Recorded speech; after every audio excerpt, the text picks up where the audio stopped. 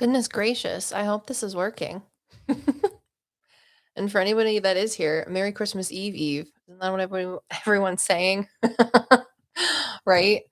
My goodness. Yeah. Hopefully people are not going to the other live and you're coming to this one because the other one is wrong. We're gonna have to fix it. I don't know if I can fix it from here though. We'll see. Hopefully this works. Hello. Hi, Savannah. I hope people go to this one. There was like I did something wrong when I was scheduling this live where it was put as like streaming software, which I'm not using streaming software. I'm just, I'm just doing this. How's everybody doing? I'm new, but I'm a big fan. Oh, Savannah, thank you so much. I really appreciate that.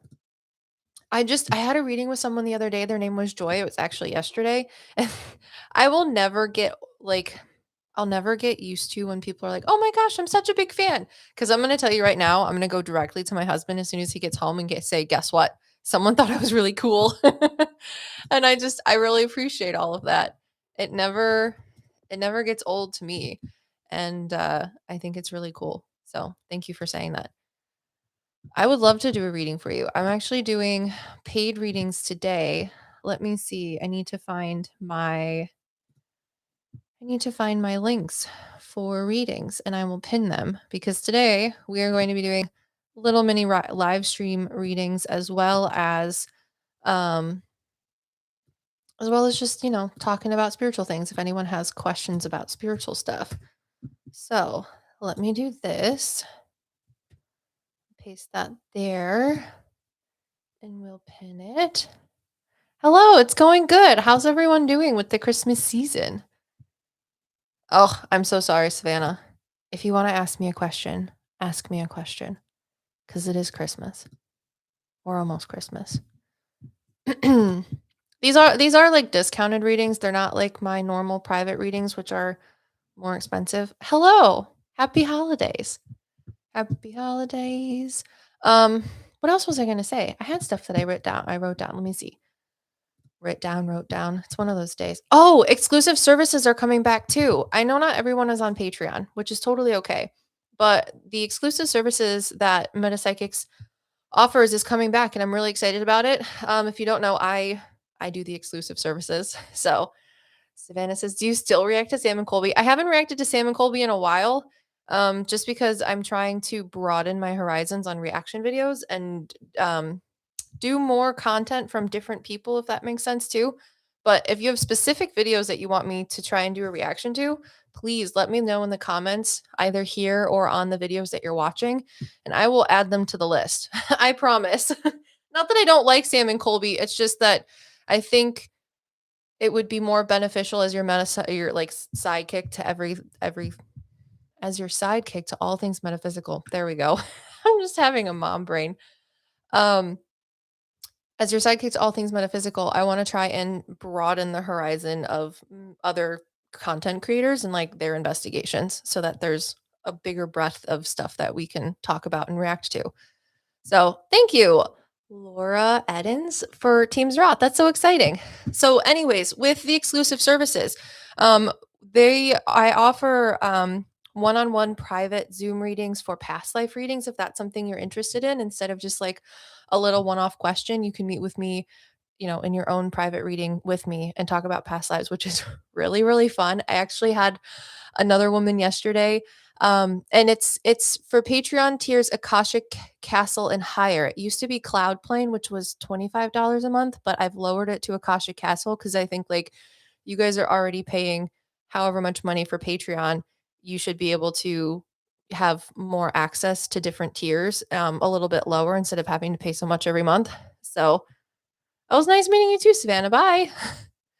Um, so anyways, past life readings. I had a woman and her past lives were very interesting yesterday. She had one man that stepped forward. He was like, oh, Savannah. No, Hannah says, hello. Yes, please react to Ghost Club Paranormal, Jade, and Mandy. I love them and they have great investigations. Mandy is a medium. Ooh, Mandy the medium is a really fun thing to say too. I'm gonna write that down. If you see me writing, that's what I'm doing. Um, yeah, because I think I've heard of Ghost Club Paranormal, but I've never like looked them up. I've just heard about them from other people talking. Um, and anyways, so I had a past life reading with someone yesterday, and their their one past life was so funny. So the first one was adorable. This person, and I think it's Nuktuk. I could be wrong. I'm just a white girl, but they were like Eskimo. So the Native Americans that live in like the upper regions of like Canada, Alaska, and parts. I think it's Western Europe, not Europe, Russia. Yeah, Western Russia. Um, but she had a past life as an Eskimo man, and he was so cute. Like, you know how they have the glasses and everything too, where they're made out of bone to keep their eyes from having like snow burn? He was wearing those glasses, and he was not very like talkative about how his life was with the rest of his community. But his biggest thing was he had this little basket that was weaved out of something organic. I'm not sure. It was just brown, but it was woven, and he had a little puppy in it, and he's like, I lived this life, and I did hunting and whatever else with my community. He goes, but my biggest highlight of my life was this dog. And it was just so cute. And then her second past life was a man. He used the guy because as a medium, I get thoughts, images, feelings, and emotions that I recognize as not my own. So souls will use things that are close to them or characteristic of who they are, even though I don't necessarily know exactly what they look like. But he used this skinny, um, you guys ever watch Mulan, the Disney movie? And there's this scribe guy for the king, and he's like that scrawny, annoying little guy that's always in the camp.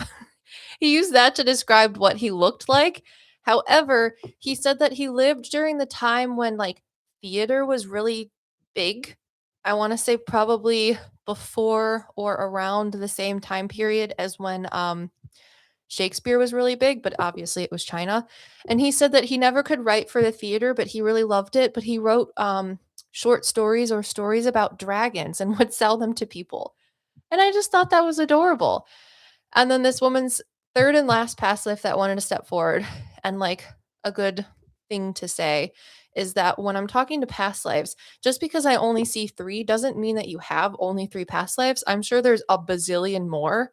I know, isn't it interesting? I really like doing past life readings, so I'm excited that I get to like bring them back cuz it's okay just answering like a one-off question in like an email reading, or if you guys purchase a reading here and it's just like a little question, but it's really fun to like meet you and talk about them. So this last past life that stepped forward was hello, just bumblebee. There we go. um, the last past life was so much different because the other two were men and they were very like warm and inviting and like kind of quirky. But this last woman that stepped forward, she was like, you think of like the what is it? Like when Bugs Bunny plays the like the big fat opera lady singer with like the big giant like I don't know shield bra things. So this last past life, the woman looked like a very big busty like Nordic woman, and she was like absolutely no nonsense. She would be the person that tells a child like Santa Claus isn't real because you have to go back to work. Like that type of mentality, if you will. But she talked about how she lived in a community that where she was never necessarily on the water, but the men in the community would go out on big ships, and they were whalers, and they'd bring the whales back. Obviously, not any like time recently, like very far away. Like I don't think she was a Viking lady. She was like Nordic of some descent, like that cold area up in like what is it? Europe, Eastern Europe. Um, but she lived in a village where the men went out and they were whalers, and they'd bring the whales back, and then the women and the rest of the town would work to take and process the whale into like oil and lamps and all of these other like products. Isn't that crazy? Oh, cool. I'm Scandinavian. Okay, good. This woman was also she was not Scandinavian. I'm so sorry. Maybe it is true. She was from the Netherlands. So that was like one of the more like close-ish, maybe related past lives that she had, but it was really, really cool. And you never really know what you'll get when it comes to past lives. And I thought it was interesting because I asked her, I said, when her second past life was this like Chinese man stepped forward, he's like the really cute, quirky guy that you don't necessarily want to sit next to you at the bar because you know they're going to talk to you forever and ever and ever. um, but they just have the funniest little stories. So that's how her second past life was. And I asked her because he started talking, he like showed me dragons. So I was like, at any point in time in this life, have you ever had an association or an affinity for dragons? And she goes, yes. So I said, okay, because this past life is telling me that he really loved dragons because he would write little stories about them and sell them to people.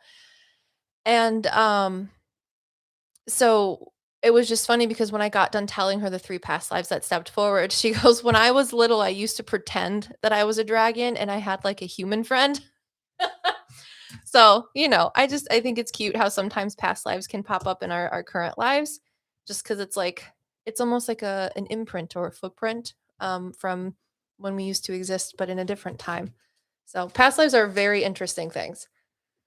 Right? It was so cute. And this lovely woman was just so nice. So bone collector. I appreciate your love.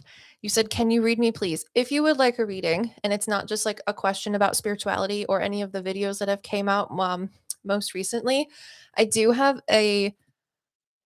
I think I pinned it. Yeah, I have a little pinned link at the top where if you'd like, you could purchase a psychic medium, pet psychic, and I actually added a couple plant psychic readings too, because I did a couple plant psychic readings during a Patreon live not too long ago, and it was really fun.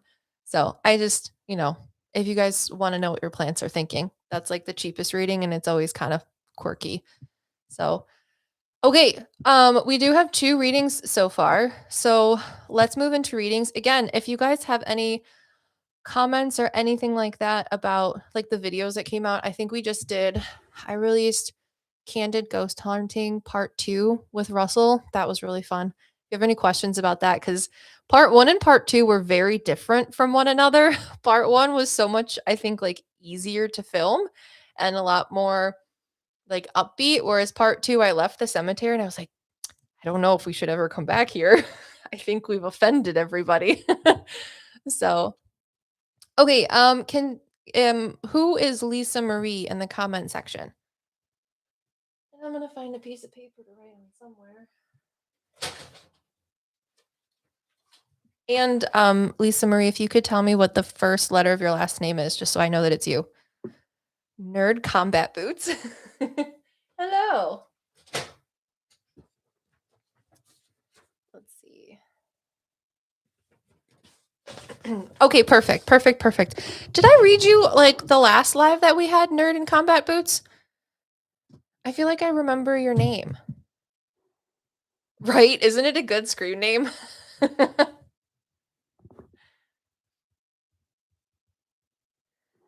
I think yes, it was the last live. Okay. Well, thank you very much for your support. I really appreciate it. And you must have liked your last reading, so I really appreciate that too.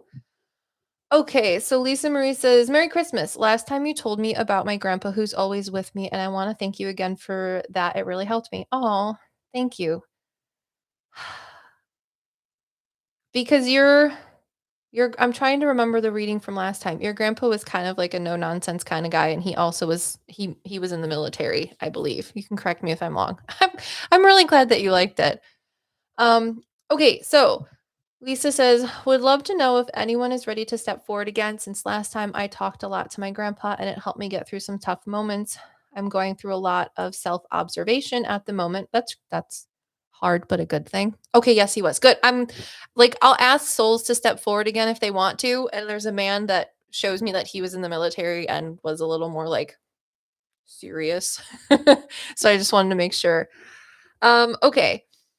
I don't want to read everything out entirely loud, maybe. Um,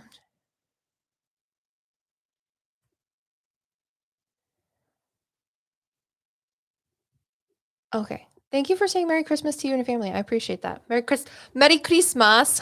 Remember when Reels or Vines was a thing? And then my son, his favorite thing to say right now is he says Merry Christmas. No, I can't even do it now. He like puts two M's where he should have just one when he says Christmas. That's really cute. But anyways, um, Lisa, did you have a cat that passed?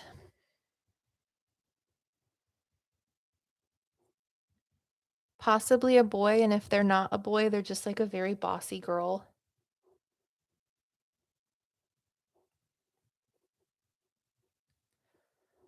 Let me know in the comments. And again, if people have questions that about like spiritual stuff, please feel free to ask me.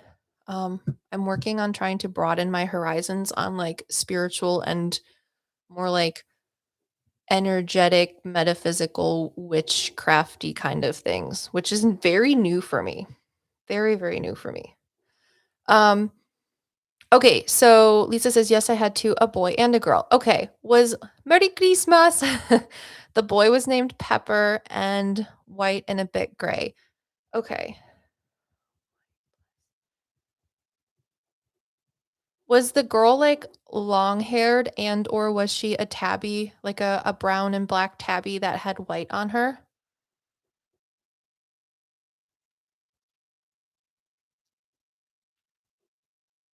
Yeah, Pepper is a cute name.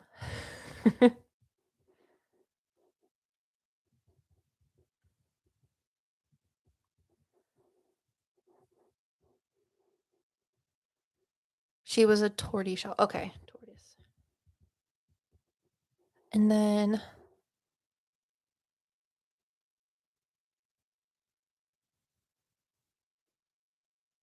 sorry. Did Pepper have like yellow eyes or did he have green eyes?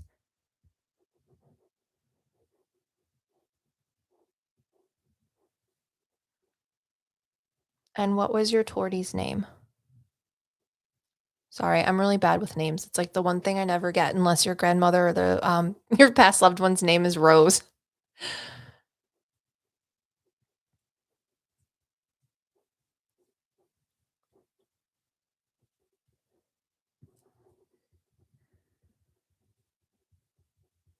Oh, Chipsy's really cute. Okay, blue eyes, got it.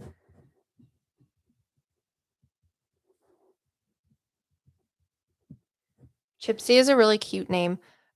So was your boy cat more like was Pepper very outgoing and not necessarily I feel like he wasn't necessarily mischievous, he was just playful. Like did he ever get outside at any point in time or did he have like a patio or a place that he could go outside? I just want to make sure that I'm talking to them. So I'm asking them to tell me things. Chipsy is just a really cute name. Super, super cute.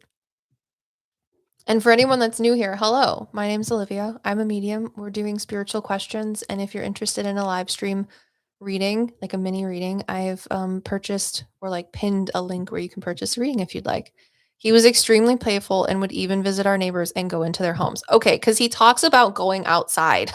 And he's not like bad. He doesn't do anything like maliciously. Like, you know, the cats that stare into your soul and then knock something off the counter when you ask them not to. He's not like that. He just looked at the world in a way that was just like full of wonder at all points in time.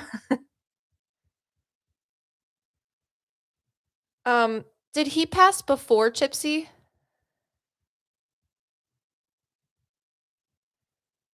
That sounds like him.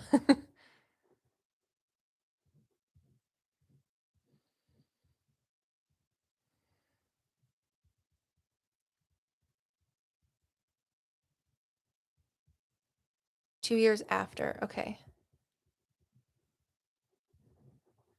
Um, now with Chipsy, is she more of like she's more reserved? She liked to be in her own space by herself. She did like affection, but on her terms, and she was more of like, I like to sit in the room with you or next to you, but I don't really want a whole bunch of too much attention.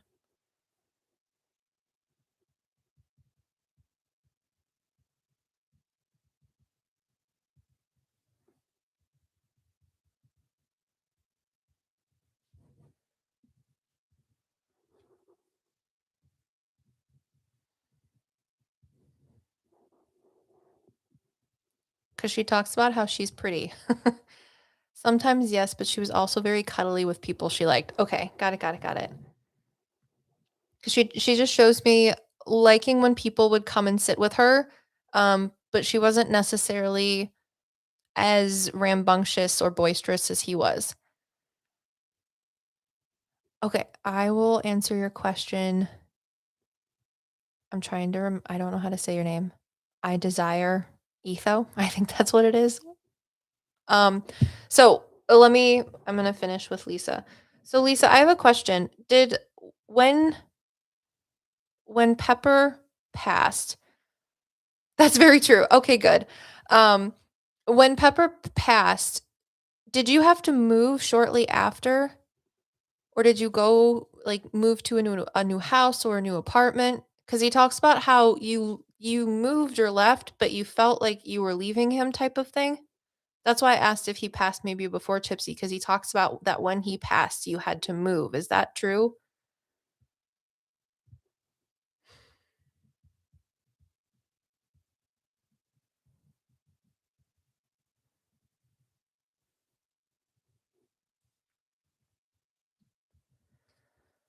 And while Lisa's typing, I'll answer the question. Are there a set of rules spirits have to follow when interacting with the world?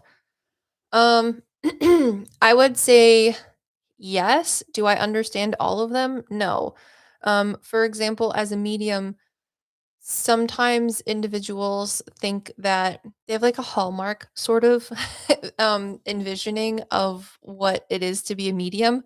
And when it really comes down to like the brass tacks of it, a medium is someone that is here to tell you what souls need you to know, not necessarily things that you want to know.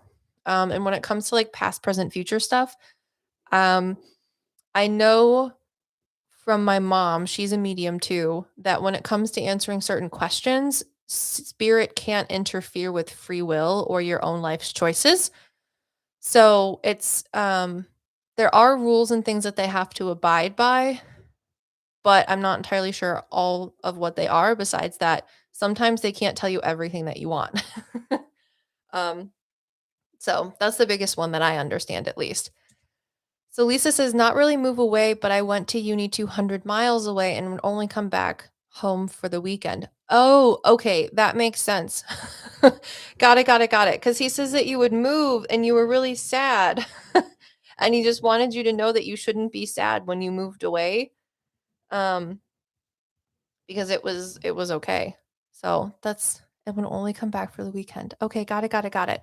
So I'm not entirely sure necessarily why Chipsy or Pepper are stepping forward. It's just that when you said, if there was anyone that wants to tell me something or just has some insight, for whatever reason,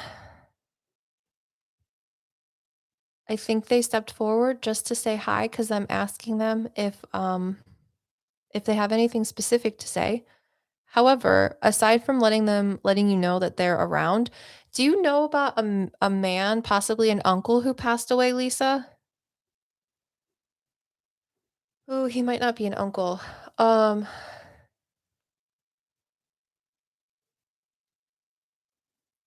he's in his like late 30s, early 40s. Do you know who that might be? He's wearing jeans. He's kind of like a little rough around the edges, I would say, like maybe in personality, like some people might find him a little intimidating. He's wearing like black boots, jeans. Um, he would wear like t-shirts and maybe a jacket, like a darker colored jacket or like a button down what is it called? Like plaid shirt, and he has dark hair, either dark brown or almost black. Do you know who that might be?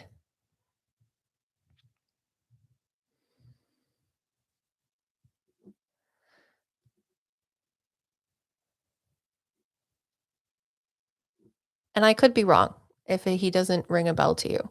I just was asking if perhaps anyone else wanted to step forward that might be helpful. Could be my uncle. He passed when I was 10. His name was Klaus. Okay. um was he gruff, but he had a really deep voice, and he was kind of like I said, like rough around the edges, but he had a really good deep like hearty laugh.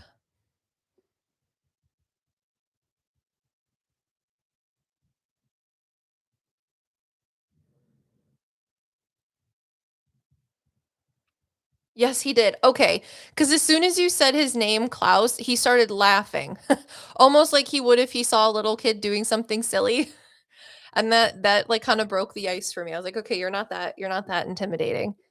Um, okay. Your cats were just there to break the ice. If you do have questions about your cats, please let me know, but Klaus is talking a little bit more. Um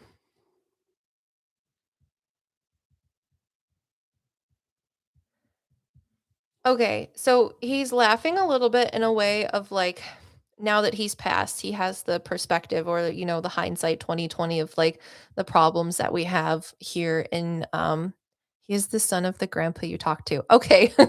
That makes sense. Um he's sort of talking about how the hindsight is 2020 when it comes to like our earthly problems, and he's laughing a little bit in the way of like the problems that you and it's not to negate from the things that you are. Oh, hi Jay. It's not to negate the things that you're going through, but he's laughing a little bit as in like the things that are bothering you are not that big a deal. You don't necessarily need to worry about them. Like, yes, worry about them because you need to make sure that you're taking care of yourself, but he's also laughing in a way of like you're going to get through them and it's not a big deal. He says your financial problems are not necessarily as large as you want them to be. Are you in a relationship, Lisa?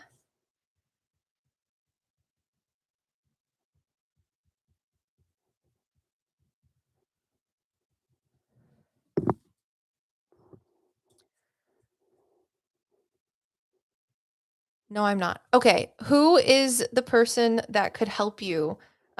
He makes me feel like there's someone that is a part of what could be like, um, not just like financial. Well, I don't know if it's just financial problems again, and I don't want to say that you're having financial problems on the internet. Everyone worries about money. He just says that the worries that you're having about finances, someone could help you out with because it's not just your burden to bear. So I don't necessarily know what he has to say about that because I assumed that maybe you were in a relationship and someone could help you.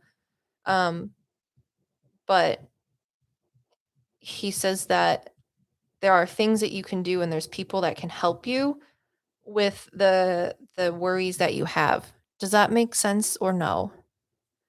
Bumblebee says, "That's true because I mainly worry about my parents' finances." Okay, because the next thing that I wrote down, and you probably can't see it because it's just chicken scratch, but I put financial problems and then I put what's with dad because he's talking about your dad, and that we don't have to talk too much on the internet about it. But he just wants you to know that your dad,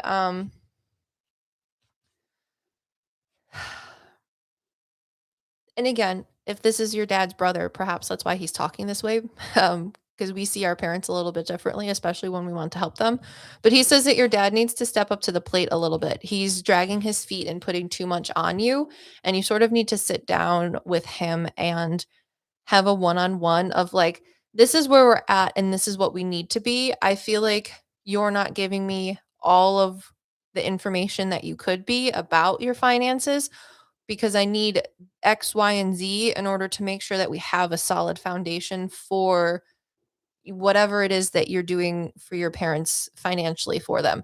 But he says your dad does have the capability to help you a little bit more. I'm not sure necessarily how, possibly in like organizing things or structuring things or giving you information so that you can talk to the appropriate people so it's not so hard for you. Um, but he says your dad is dragging his feet a little bit and he can help you more. So I hope that helps. And your cats say hi. um, and while you respond to that, Lisa, just Bumblebee says, sorry, question. I want to type before I get. Is it possible to speak to people outside of your family? Like if you wanted to communicate with Michael Jackson, could I? um, I'm not entirely sure. I did have someone ask me a couple readings ago in just a private reading, they asked me about like some cold case that I've never really heard before.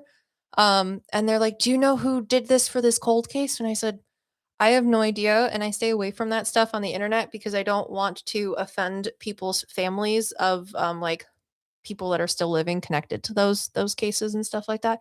Jay, I would love to talk to Steve Irwin. You talked about this in a Patreon live stream and you just stop.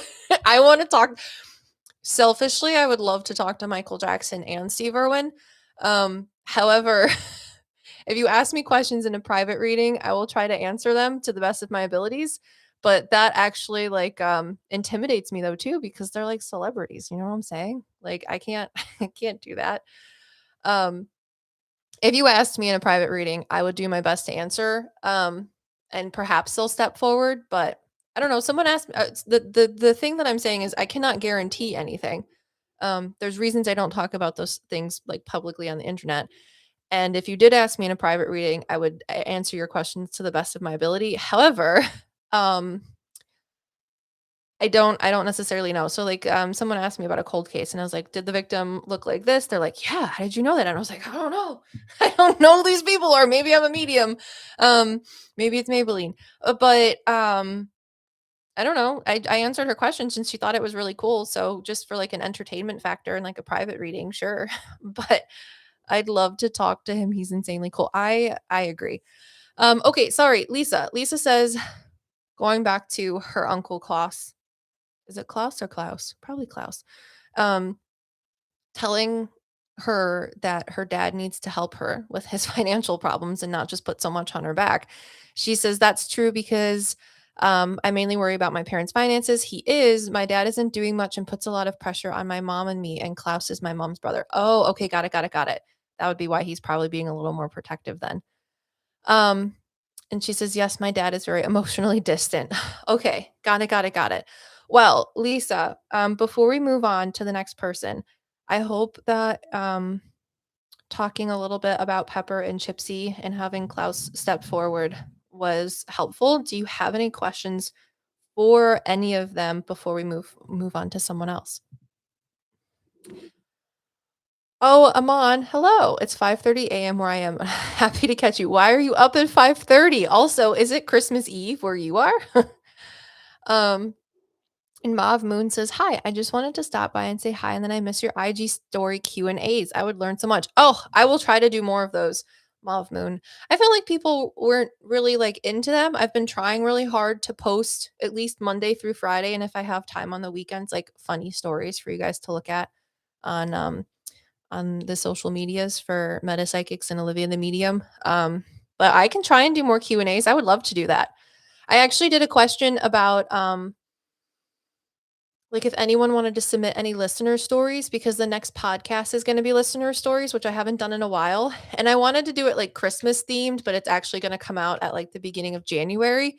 So instead, I want to do I was going to do grandparents or aunts and uncles as stories because I actually had a lot of those as listener stories. And I thought it would be really cute because, this time of the year, a lot of people miss their past loved ones, especially, Christmas and the New Year's. So I thought it would be cute to be like a little ode tribute to past loved ones for the new year. But, anyways, if you guys have stories about like aunts, uncles, grandmas, grandpas as listener stories, go on to metapsychics.com and go under the extras tab and you can submit your story, or you can just email metapsychics and have the title say listener stories, and I would love to read them. So, okay, Lisa says, I would love to know what he thinks, how I can help my mom because she isn't in the best place mentally and I want to help her. And he used to be her best friend. Okay. Um, that's really cute that they were best friends. I wish I could be best friends with my brother. I mean, we're close, but not like super close. He's a stinker. But anyways, um, are you able to bring her to your house at any point in time, Lisa? Because he says if you're able to take her from wherever she is, even if you bring her to your house or go out for like brunch or breakfast, that would make her really, really happy. And she might be a little of a stinker, quote unquote, from like getting out of the house. But once she starts to get out of the house and you guys have a routine of like once a month or every other week, going out and just having tea or coffee or brunch, that would really make her very, very happy. Because he shows me like you taking her somewhere and sitting outside and enjoying just like it being nice, and having something to drink, or wherever you are if the weather isn't nice, maybe in the springtime. I hope that answers your question. He says your mom's tougher than you think. She also really likes books. If there's anything that you can do to give her like books wise, possibly. So like some good reading. He's he's silly. Okay, you know how all those silly smutty books are going around? Um, like the dragon smut books and stuff. He recommended that perhaps giving her that might make her laugh. So, if not, don't do it, but he's joking a little bit. So, um, thank you so much, Lisa. I really appreciate you taking the time to be here today and supporting my existence. It was lovely talking to you and your kitty Kauts and your Uncle Klaus. That sounds so much like him. Okay, good. Because he's like, they make these books now. And he's just laughing. He's like, if I gave it to her, she'd probably hit me, but it's funny. And it might make her laugh too. So that's good. I'm glad. Okay. We have more readings to do. I'm so excited. You guys are lovely. I really appreciate your support. Okay. Merry Christmas. Okay, and happy Hanukkah if anyone does Hanukkah. I think Hanukkah ended yesterday. I have a Jewish friend in Vermont. But I'm all about getting presents for 8 days and lighting candles. I love candles. Are you kidding me? That probably sounds really stupid because I'm not Jewish, but I have Jewish friends. Lol. Okay. Let me see. So Hannah says, just a quick question. How can I tell the difference between a fantasy or a spirit actually yelling in my ear? Okay, good question. That is hard. Um, I really, honestly, 100%, I just got done having this conversation with another person that made a reading with me for more of like spiritual guidance reading. Hindsight is 2020. So if you feel like someone is giving you, whether it be a spirit or a spirit guide or just spirit in general, whatever your psychic abilities, just tuning into the energy and frequencies around you, if you feel like you're getting information, just take a mental note of it, breathe in, breathe out, let it go. And you're really not going to know if they're giving you information until whatever it is that they told you about happens or not. For example, 3 days ago, my son has this silly monster toy that he got for his birthday back in September, and the bottom of the base holds water. The water was leaking. I didn't know it was coming from this silly monster. And when I woke up the next morning, my whole floor was wet. And I was like, oh no, a pipe burst somewhere and water's seeping up from underneath the floor because the night before there was water. But my son said, Mama, it was mine. Like, like he knocked his water over. So I picked it up and I'm like, okay, whatever. But then I woke up and my whole floor was wet. And I was like, oh no, the pipe burst. It's frozen. Water's coming up from beneath the floor. I have no idea where this is going. So I ran over to my little bathroom that's downstairs and was checking the pipe to see if I could hear water running because there was a burst, I assumed, and I didn't hear anything. Long story short, it was the monster butt leaking, the water base that keeps it from tipping over or whatever. But then I had like this feeling that I needed to go outside and turn off the hose to the outside of the house. And I was like, no, that's just a crazy little feeling. Don't you know, 2 days. Yesterday I ran outside and I heard water running and the pipe for the hose had broken and water was just flooding my entire tiny little yard and I was up to my ankles in water because the faucet wasn't off. The hose had burst because it's gotten too hot and cold and then there was water everywhere outside. So, you know what I'm saying? Like I thought that I was being like paranoid, but it ended up actually being psychic information. And I wouldn't know if any of this stuff when I'm doing readings is accurate or not if I wasn't able to talk to you guys like this through the chat or person to person in readings. So when it comes to trying to decipher if something is psychic information or not, file it away in your brain that it could be if it feels like it, and then just let it go, live your life, and see what happens. Because if it is, you will find out shortly. Okay. So, Laura Edens, are you here? And I'm sorry, I didn't mean to. Laura E, are you here? Do you ever use your mediumship to help you buy gifts? LMAO. I've never done it to buy gifts, but I do it to buy good fruit. Look at these grapes. I haven't eaten any yet because I've been talking so much, but they're delicious. Hello. Um, okay, so if I'm not answering your questions right now, oh, good. Your name is your actual username. Perfect. Hi, Laura, and thank you for becoming Team Zeroth. With that, I believe you have the ability to join Patreon and read all of the behind the scenes like listener stories that I haven't read on like podcasts and things like that. And you also have general access to the Discord server, I believe. So try and do all of that. Did both questions go through? Okay, let me see. Did you do two?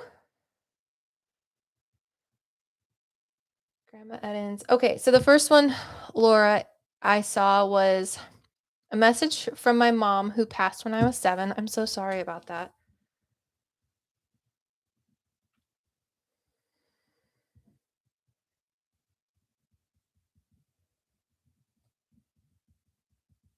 Sorry, I'm just writing.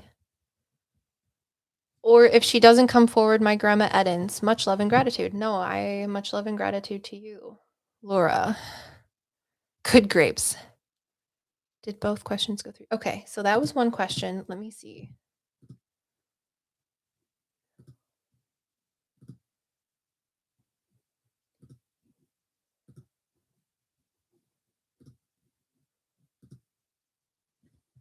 That was both of your questions, right? You just purchased one reading, right, Laura? One psychic medium reading? And then your questions were a message from my mom who passed when I was 7, or if she doesn't come forward, my grandma Edens. Is that one reading? Hi, Miss Amanda. We are doing paid mini readings. If you'd like to go to the pinned comment at the top, there is a link. But we're also doing spiritual questions if you have any. But right now, we're reading Laura. Okay. So far, I only see one. But once we get done with this question, I will look and see if there are two.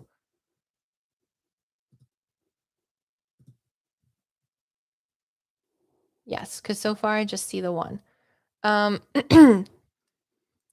Please don't redo the second. You don't need to ask 2 questions for 2 different readings. So if you just want to write your second question in the chat box, I will answer your second question. Okay? And that's for Laura.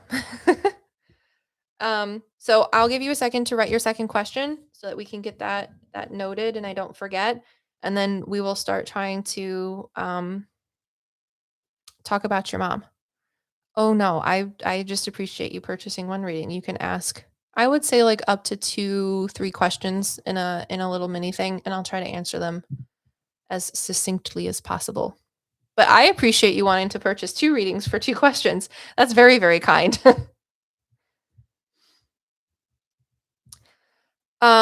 So we'll wait for Laura to ask her second question. Because I know I have like a 3-second delay because it just makes it a little bit easier for me to do things.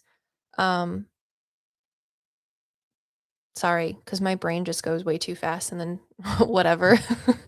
So, okay, let's see.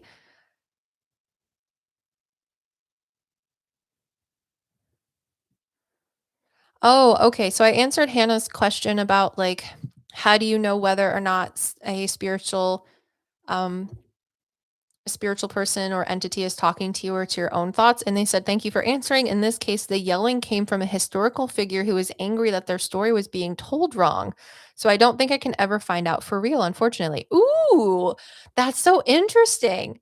I don't know. I mean, if you're around people, like if you are on like a historic tour or something like that, I would maybe tell the tour guide.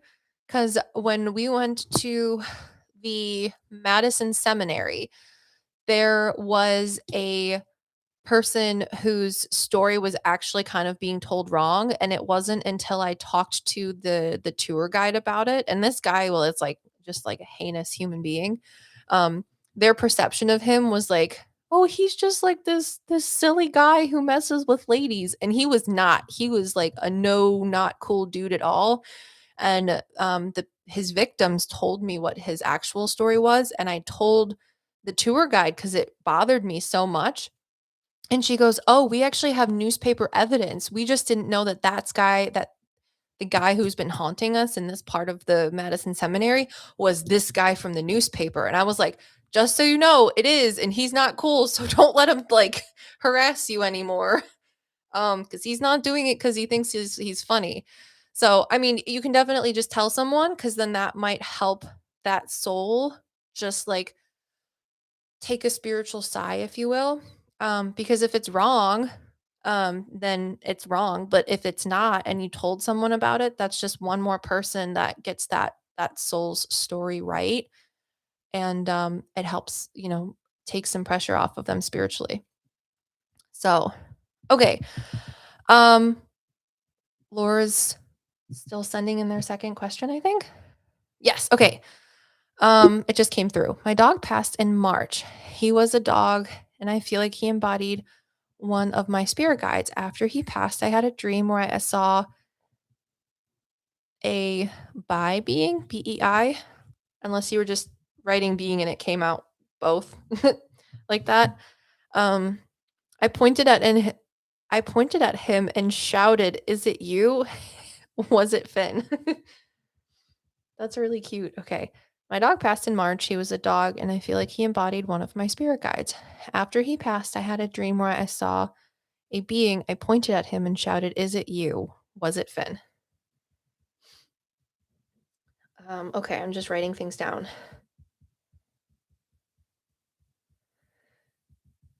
Okay, so Laura, thank you for typing that out.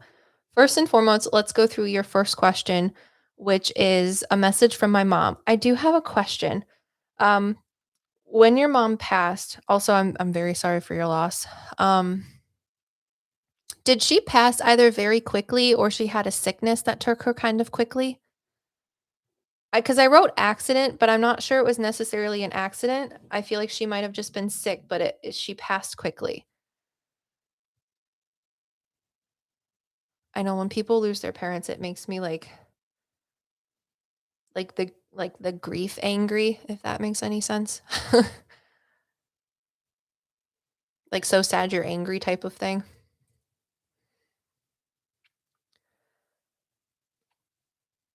So, Laura, did your mom pass either from an accident or not from an accident, either quickly from a sickness? Because she just makes me feel like everything, it was like she knew something and then she passed really fast.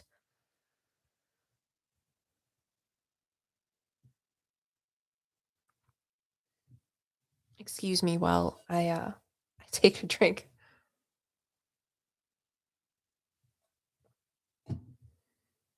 Hello. I like that you spell your name Fat Girl May with PH.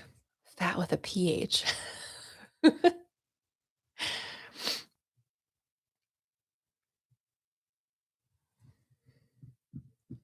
Okay, we will also continue answering questions. Iman is in Bangkok for the holidays, and I wake up every hour the same hour, either randomly or for a bathroom break. You travel a lot. That's really cool. I like traveling, but I also get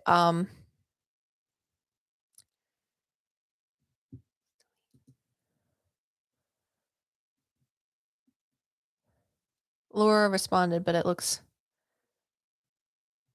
interesting.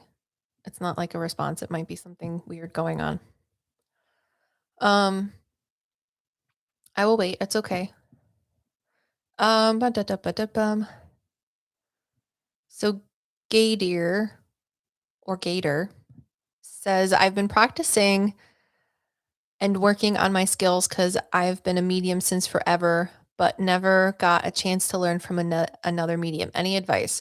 My advice would be to talk to as many other people about your gifts and how you perceive things as possible.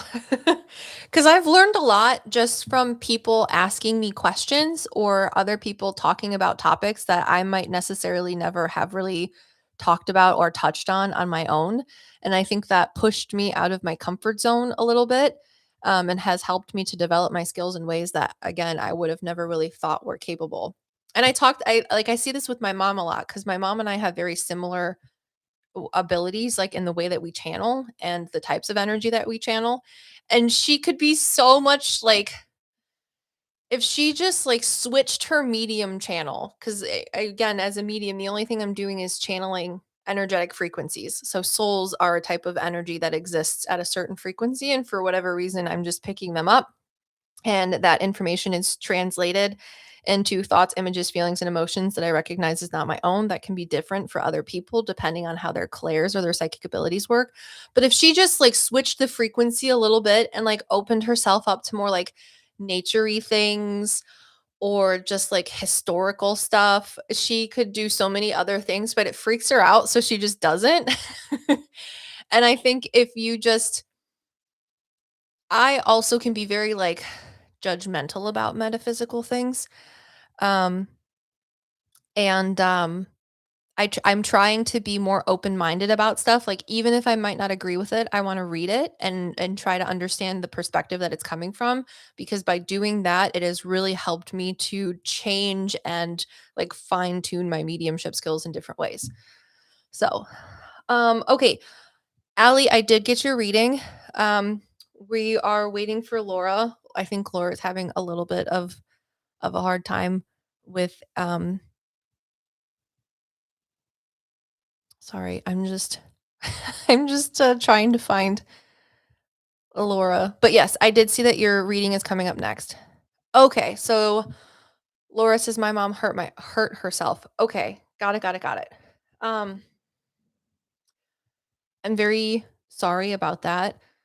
So the way that I perceive this, it may have just been like can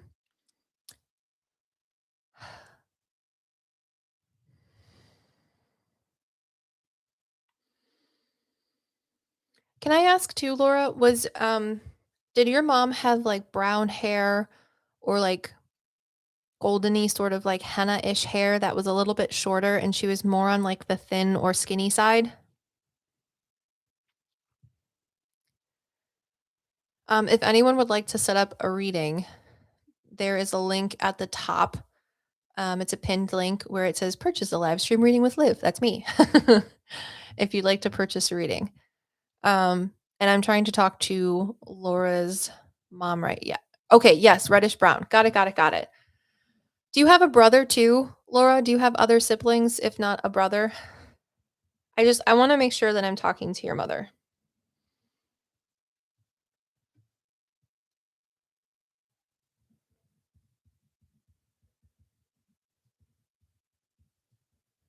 Yes, a brother. Okay. And when did you go to college or university?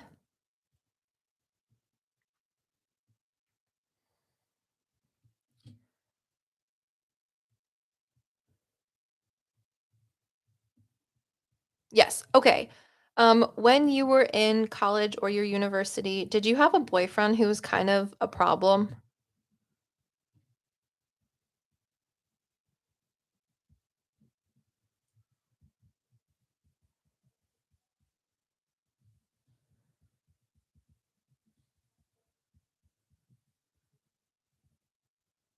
Lol, yes. Okay. And then do you know if your mother lost her mom before she passed? So your grandmother would have passed before your mother?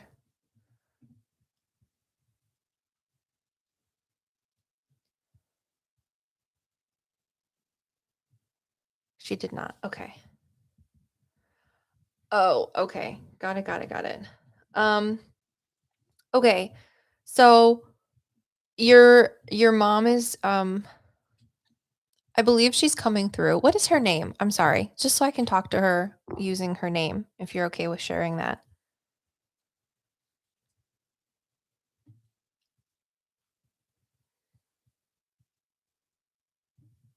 Thank you, everyone that's being patient. Christy. Okay. So, I feel like Christy's coming through. I think she had a lot of things on her mind and on her plate. Um, she says she grew up in different times, and a lot of the, um, she calls them bad behaviors, or like coping methods that she had, or coping mechanisms that she had that she used when she was growing up, carried into her being like a young mother. I would say a young mother is someone who has a 7-year old or younger. Um, And she talks about how you went to college and she's very happy that you did, but she does talk about the boyfriend that was a problem. She says that she did not like that boyfriend and she helped you to keep you safe in that situation. Um I was writing you I was writing things down, so I put boyfriend, hard relationship problems. She said that she kept you safe, but then she talked about grieving the loss of a mother. Um, and then I circled back around to that because I think when you say that she hurt herself, I feel like the decision that she made, she says, was a decision that she made. However, it also wasn't a decision that she made. So when it comes to thinking about like what someone's brain is processing when something like that happens versus what is physically happening with their body, it's almost like a half and half split, I feel like, for your mother when that incident occurred. So, yes, it was her, but yes, it wasn't, because there was a lot of, like, mental health factors at play as well as, um, coping mechanisms and things that she held through from her childhood. Um, but she's talking about the grief of a loss of a mother because she was also, like, spiritually grieving, leaving you and your brother in ways, so she does take accountability for that. Do you have any specific questions for your mom? She has been there, throughout your life. That's one of the reasons she's sharing the college boyfriend, story, because she was watching over you spiritually there. But, Laura says, "Did the ceremony I did with Earth Thunder help her?" Yes, she needed help that didn't exist at the time. Was Earth Thunder like a person, like a guy?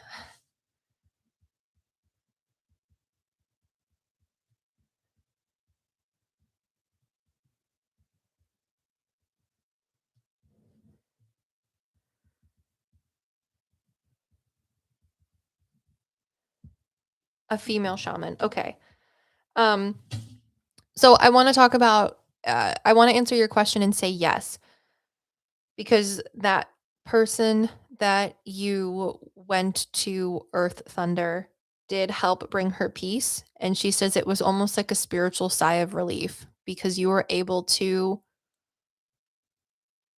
She said there was a lot of energy that was mixed. However, that shaman did that ceremony for her, um, where sorry, I'm not gonna get emotional, I can do this.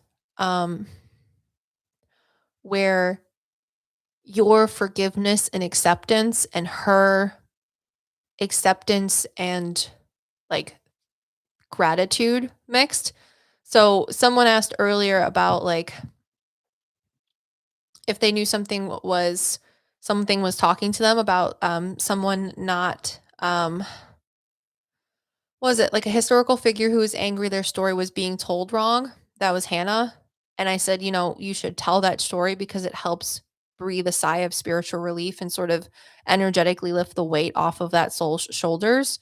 That is what the ceremony you did with Earth Thunder did for your mother. So a lot of the when souls pass, they know, see, hear, and feel everything. So her death caused a lot of feelings from other people that were physically living. So the ceremony that you did helped release her from a lot of that pressure from the accident or her actions that caused people that were living. I hope that makes sense. Yes, that's what I experienced. So I'm pleased it was real for my mom too. Oh, I'm not going to cry. That's just really sweet because I've dealt with people that have died in ways like that. And I've never talked to someone that's done something like that. And it's really hard for people to just let go and accept when someone is lost, whether it be from their own actions or other actions. So for you to do that is was really, really healing for her. And it was like a very big gift. So I hope that answers one question. um, Now for your second question about your dog Finn. Laura, making me cry. Um, yeah, your mom just says thank you. I was just asking her if there was anything else she wanted to say. And she says, not really, because you've done you've done a lot. um, okay. I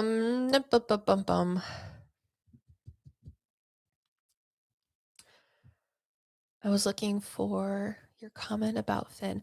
My answer, though, for what you wrote was that yes, Finn was your spirit guide, which is really, really cool.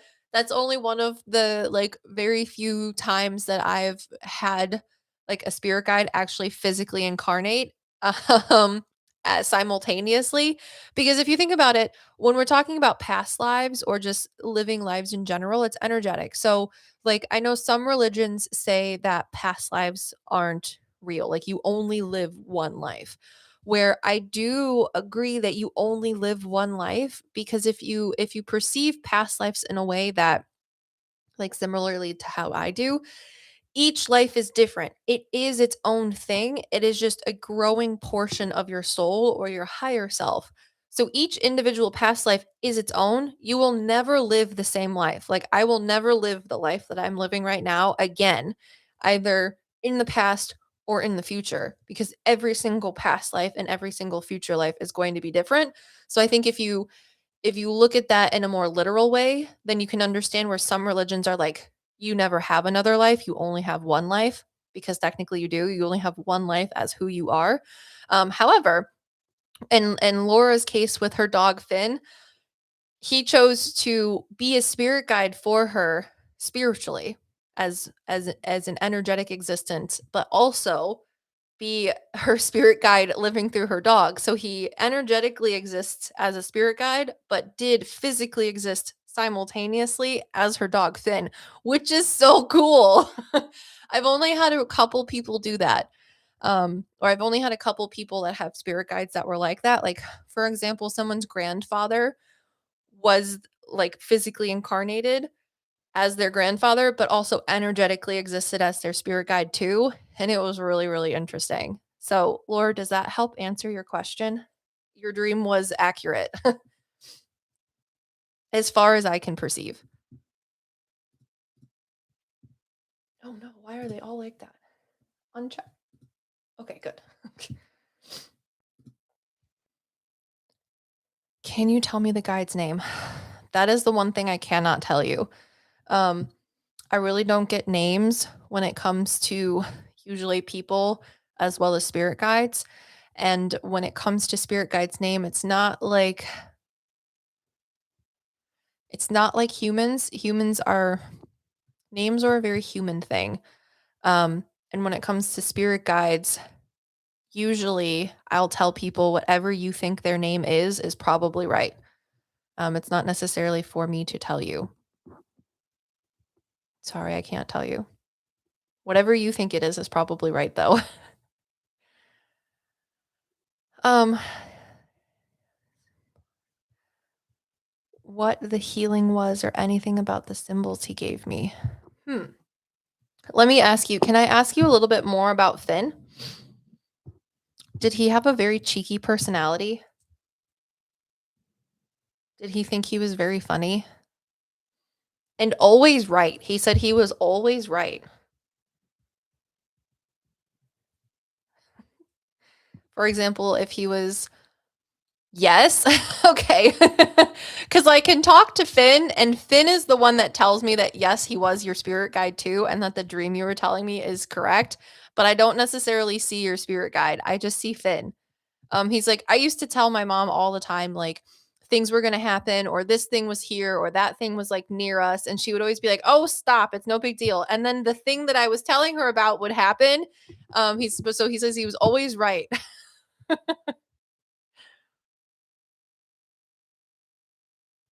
And he also says he was very cute, which made other people trust him all the time too. Like he was very popular. He was a very likable dog. So that is the validation that I can give you. I'm sorry it's not specifically straight from your spirit guide though. I would also like to tell you too, 9 times out of 10 when people make readings with me to try and like validate stuff that have happened in their lives, I would say again, 9 times out of 10, what happens in your life, the things that you experience are correct and are true, and things like Finn talking to me um is what I can do to validate it.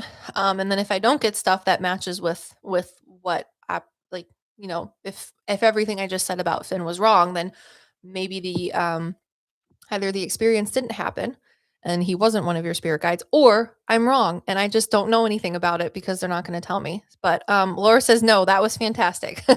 All right, thank you. I appreciate that, Laura.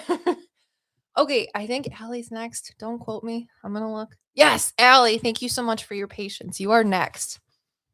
And thank you very much, Laura, for purchasing a reading. I hope you enjoyed it. For anybody that's new, hi, my name is Olivia. I'm a psychic medium. We're doing mini live stream readings and answering spiritual questions to the best of my ability. Um, and if I didn't answer your question already, please just copy and paste it and type it down again below. Hi, Linda Garden Lady. And I will try to answer your spiritual questions too in between answering other people's questions. But Allie, you are up next. And then Grumpy Shroom says that you purchased, but you're not sure if it went through. Let me see. So Allie's up now. The next person is going to be Jill's E, or Jillian, Jillian E. And then after Jillian is going to be Cynthia R, or Sin A. So those are the people whose readings went through and who are in the queue. So if that isn't you, I would try purchasing again. And if the stock is out, then it'll let you know that the readings are sold out. But Allie. Okay, so I know you're here because your name is your name. It was a very touching reading. Thank you very much for everyone being so patient. Okay. I'm in tears and very happy. Thank you. Oh, I hope they're happy tears. That's what I try to do in readings. I'm not going to cry. I'm sorry. I'm more emotional too because I'm in my second trimester. So the clairsentience just gets amped up, the baby hormones. So, okay, I will read your question, Nova. Or Allie. I don't want you to have to retype it again. Okay, so Allie says, Nova, black cat with yellow eyes. She is living. Allie, I feel like we've had a reading before, but like in person. I could be wrong. Would like to know if she chewed the Xmas light on the tree. Oh my goodness. Yes, we have. Okay, it's nice to see you again, Allie, then. Because I remember the name Nova too. Also, does she like her new food? And tell her we will be going away sometime next month and to be a good girl and nice to the caretaker. Thanks. Okay. Um, was the Christmas light lower to the ground? Thank you. I'm very excited too. My husband and I are super super excited to have another baby. Yes. Okay. Cuz I can see it from her point of view. It's like no higher than maybe like this far from the bottom of the tree. So yes, she did. She did chew on the light. So I know there's stuff that you can buy at the pet store. It's called No Chew. It's like a really bitter sort of spray. So maybe turn off the Christmas lights so you don't like you don't short them out obviously, and then wait a little bit until it dries, and then hopefully she will be less inclined to chew on Christmas lights cuz that's not nice. Okay. Aha, guilty. Yes, because I can see it from her point of view and she's like, "It just Like, the texture was too interesting for her. I feel like she might not do it again because it wasn't a great experience, but she also is a cat, and sometimes, the conscious brain sort of, um, makes way for the instinctual brain, and they're just like, "I can't help it." We ended up putting tinfoil. Okay, good, good, good, good, good. Got it. Okay. Does she like her new food?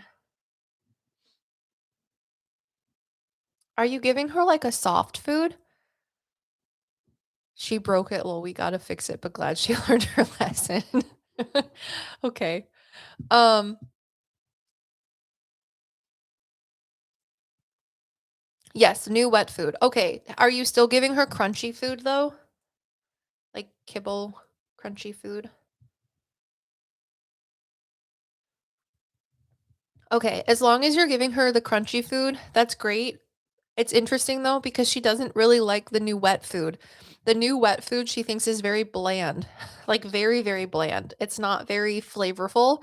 Um, so she likes if you could either mix her crunchy food in with the wet food, or just keep giving her the wet food separately in a different bowl. But I know I've never had a cat. Allie says she's so picky. Usually, when cats talk about their wet food, they love it because it's really stinky and it's salty and it has like a really like pungent, robust flavor. Hi, Dinosaur Ivan. Merry Christmas. Um, but she's telling me the opposite. She thinks it's like super bland, very like regular traffic, if you will. So I'm sure she'll still eat it. It's been a pain, I'm sure. I'm sure.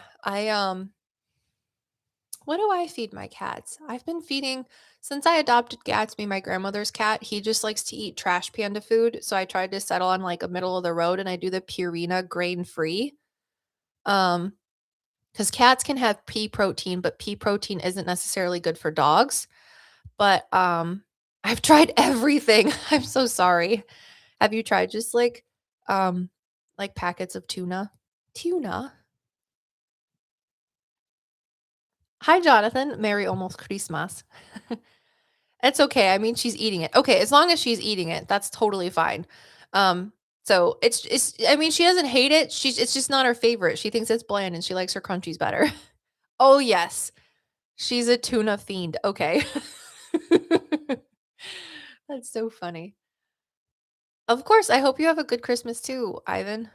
I'm doing good. As you can see, Santa Santa was here. My son doesn't know that Santa was here. But yeah, thank you. I appreciate it. Okay, last question for Nova. Tell her we'll be going away sometimes next month and to be a good girl to the nice caretaker. Okay, is the caretaker, do you know who they're gonna be yet? Teehee. Right? Oh, someone says I've heard if you put orange peels around the tree, they'll ignore the tree. The cats. A new neighbor. Okay, do they have like long brown hair? She has to meet her. Or like long dark hair, either like dark brown or black hair. Because when I talk to pets, there'll be two ways that I'll talk to pets. One is mono e mono. So like when I was talking about how I saw the Christmas tree light from like from Nova's eyes, that's more of like mono e mono. So things from Nova's perspective that she has to share that she understands and has gone through.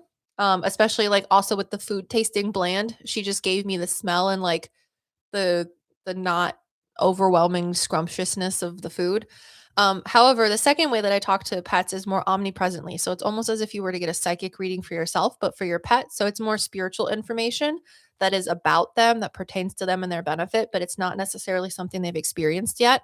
So when I'm asking Allie about what this caretaker looks like, I'm getting more psychic information omnipresently. So not necessarily from Nova's point of view, but from like a past, present, future spirit guide led information. So Allie says they do have um, long brown hair, but it wasn't the other neighbor that used to watch her. This is a new caretaker and she'll meet her sometime soon. Okay. So if the new caretaker is a girl who has long brown hair, I feel like Nova's going to judge her. Like Because what I see like omnipresently is this girl sitting on the couch and she's just like texting on her phone, and Nova's sitting next to her or like on the edge of the couch or on the other side of the room, and she's just like staring at her like, who is this chick? She judges everyone. Um, so she's going to judge her hardcore with a lot of side eye and harsh prejudice, but um, she will be okay. And are you going to do FaceTiming with her? Jay, a cat judge, say it ain't so. Are you going to try and FaceTime with her? She always is like that till she wants something. That's so funny. I'm going to try. Okay, because the FaceTiming will be very good and it'll help her understand like you are somewhere, but you're coming back. I don't think she'll be anxious or angry. I think she'll, or not like, I don't think she'll have any bad behavioral effects because of you going away. I think she'll be like, okay, this lady's taking care of me because my normal people that wait on me hand and foot are not here. Um, but if she's not like super, super cuddly with the girl, it's okay. She's just judging her. So, do you have like crunchy treats that you give her? Like little tiny crunchy treats?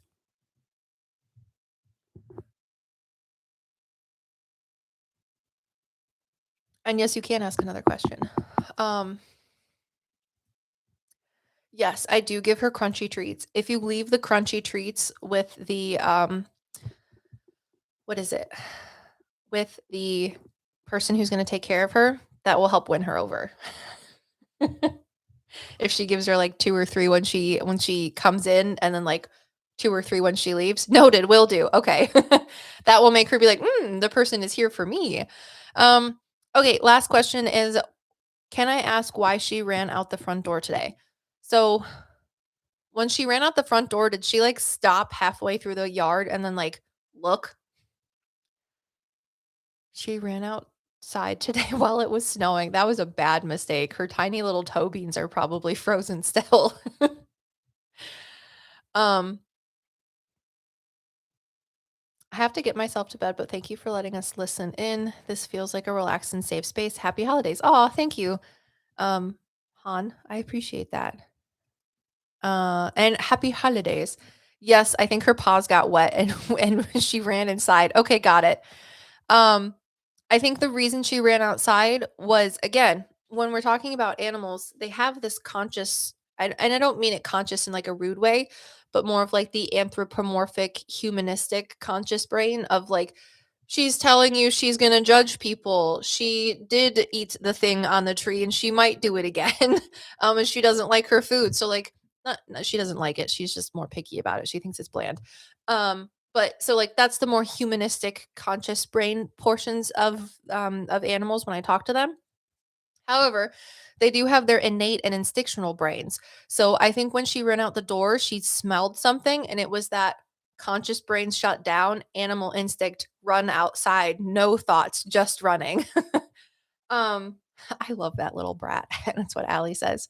So, I don't think she did it to spite you. I don't think she did it because she was unhappy. I think her little cat nose got a whiff of something and everything else in her brain just sort of shut off. And that instinctual thing of like, I'm going to run outside, even though I'm not paying attention that it's snowing, sort of overtook her. And that's why she did that. So, you can try and be more careful, but I don't think it was a conscious decision she made. I think it was an instinctual subconscious sort of reaction. You're welcome. Oh, and thank you. I love my snake plant. I don't do anything and he just continues to live. I feel like I should put him in a bigger pot, but I'm too scared to because I feel like that'll be the thing, like the camel, what is it? The pin that broke the camel's back or whatever. So he's vibing. His name's Roberto.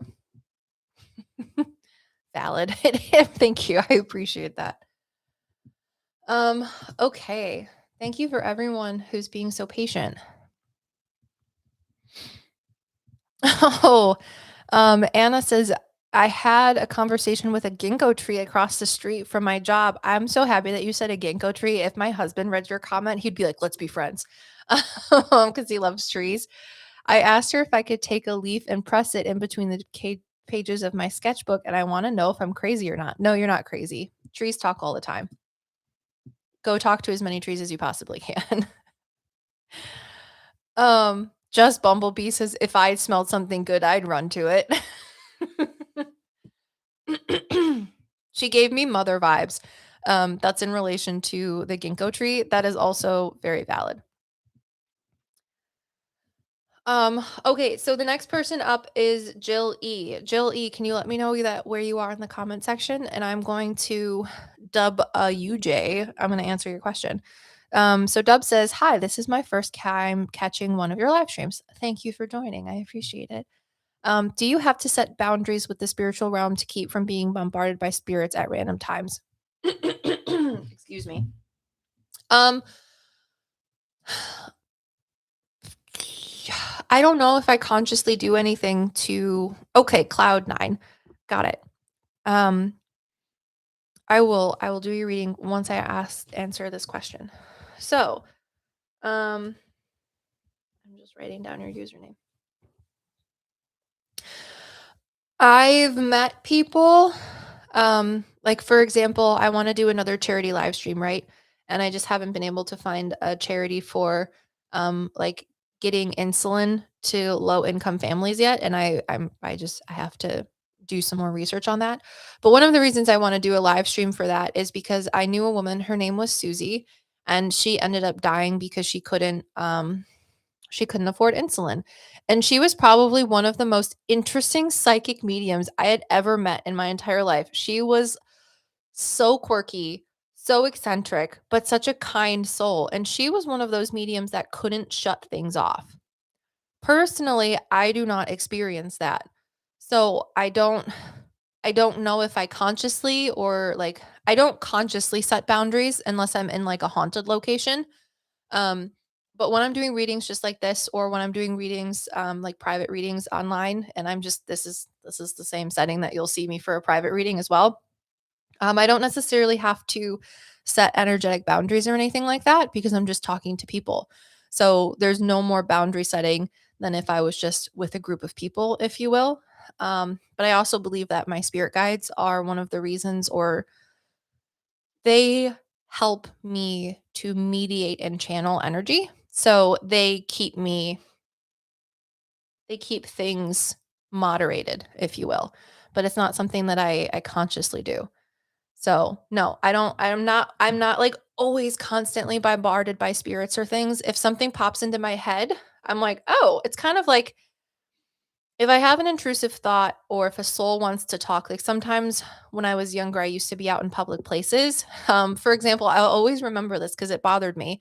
Um, I was at a Panera when I was in college, and there was this man who was sitting in a booth next to me. Um, and his mother popped in, and she was telling me all these things that was going on with this man, and I was like, I'm not just gonna like this was before I started doing professional readings or anything like that, like before Olivia the Medium, before meta psychics. And I remember telling this woman, I was like, if you want me to talk to him, you're gonna have to bring him over to me. But I'm not gonna go up to him because I'm not comfortable with that. I was like 18, maybe.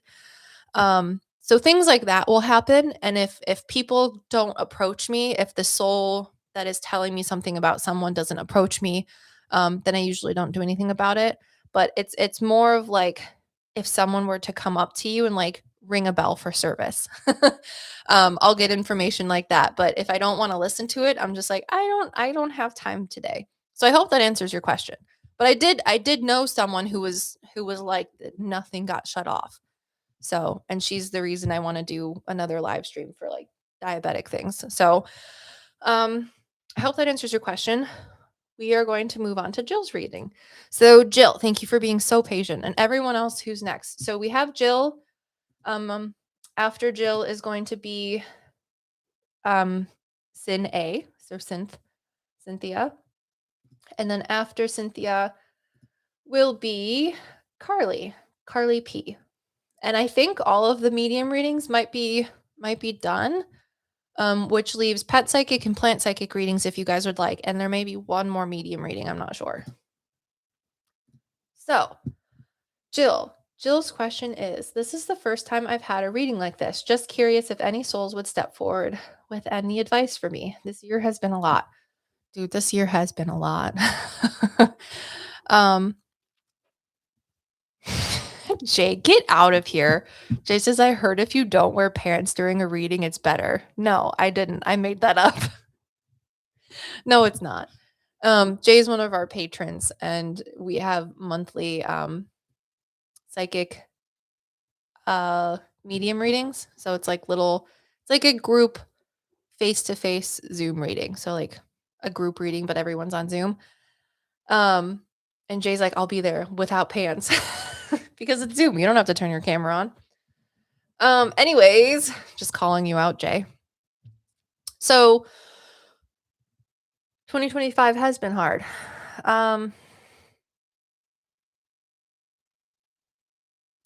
Jill, do you want to move somewhere?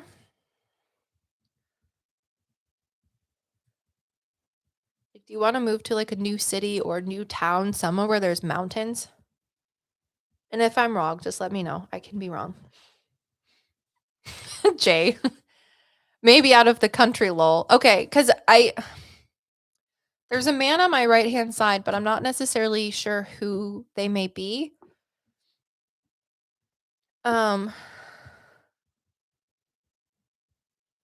Do you want to live somewhere where there's mountains, even if you're out of the country? I don't know, like they have like the French Alps, and then like I think Switzerland and Sweden has mountains. Okay, yes. Because there's this man. I'm not sure if you know who he is. He's very quiet. He keeps to himself a lot. He was very probably soft spoken when he was alive, but I feel like he could be like more of like a great grandfather for you. Um, he has tan skin. He's I mean, he's not very, he's thin. He's thin. He may have been like a farmer or someone who worked with their hands their whole life, like a very blue collar worker. He had like hazel or light brown eyes, and I feel like he would have been born at like the 1910s, 1920s is when he was born, and he probably died in like the 80s. Um oh, maybe my grandpa on my mom's side. Okay. Okay, okay, okay. Um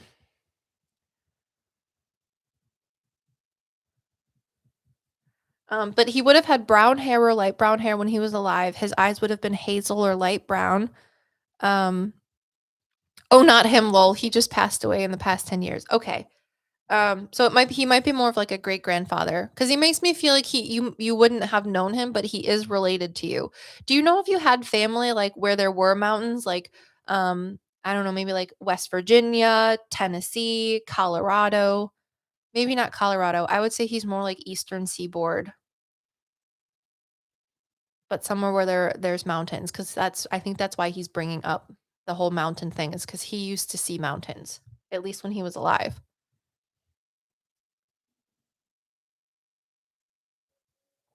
Blue Mountains, Christine, thank you.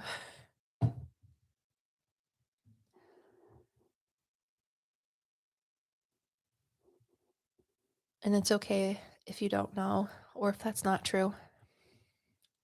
My mother's side was Portuguese and British.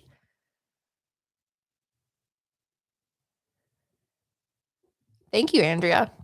It's very nice. Okay, maybe British. That might be. Well, no. I feel like he could have been Portuguese. They came from Europe. Okay, I feel like it could be more of your Portuguese side. She was Scottish too.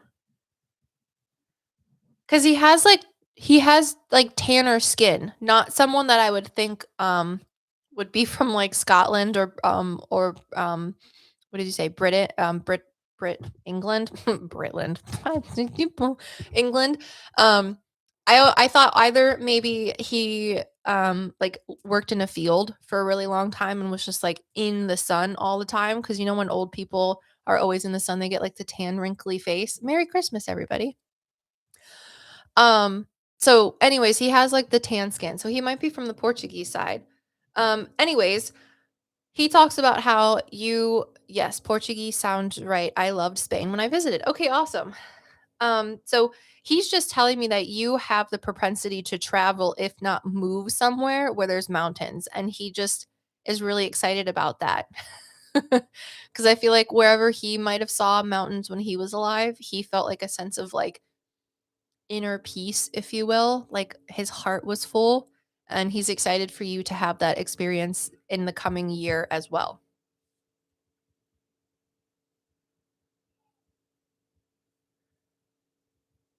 Do you have a cat too, Jill?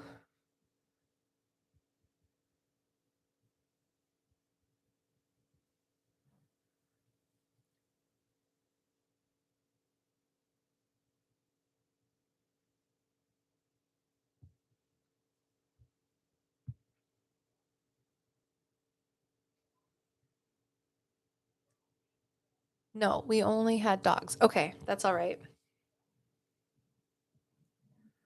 Um, my sister had a cat in college though. Okay. I don't know if you might get your sister's cat or if you'll have a cat in the future. Or I could be wrong. Again, I'm not afraid to say that I can be wrong. This man, whoever he is, this ancestor, if you will, he says that he likes your cat. So I don't know if you're going to travel somewhere where there's mountains and you might live there or something and get a cat, but he says, I like your cat. So that might be a future thing, or I'm wrong. Um, if that ever does happen, please feel free to let me know if it does. I love when people email me and they're like, remember this thing that you said? It came true. It always freaks me out. I'll never not get freaked out by that.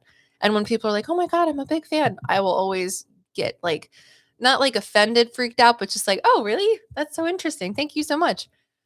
So do you have any other questions? Because that is like the one thing that your spirit guides, or not necessarily your spirit guides, spirit wants to share to you before we move on to someone else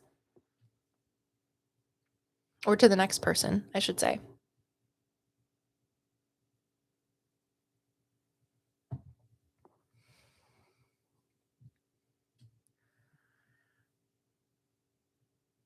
And for everyone that said thank you about the pregnancy, I'm really excited. That means a lot to me. I'm really, really excited.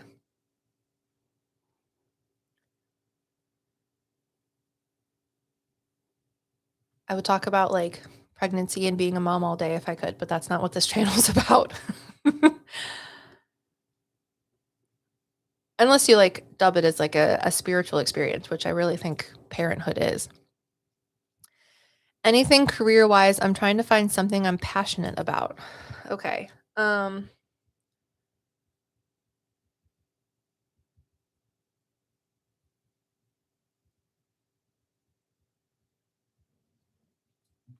What was I gonna say?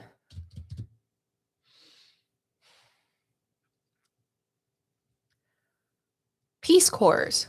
Peace Corps. Have you ever thought about going into the Peace Corps? And if you don't know what that is, the Peace Corps is like if you love to travel and you love to help people and get really interesting, random, but highly specialized training and doing things, um, the Peace Corps could do that for you. Because I don't know, that's just not really lol, but it sounds interesting. Okay, I mean, if you want to look into it, um, I don't necessarily know. I think I looked into the Peace Corps when I was like high school, beginning college. I was like, am I going to go to college or not? Um, and then I didn't do that, which maybe I probably should have. It probably would have been really cool. But um, that is just one thing that immediately came to my mind, more like claircognizantly. I'm not entirely sure necessarily who or from what. Are you just looking for a job that pays more? Or do you have a job that pays more, but you're looking for something that you're more passionate about?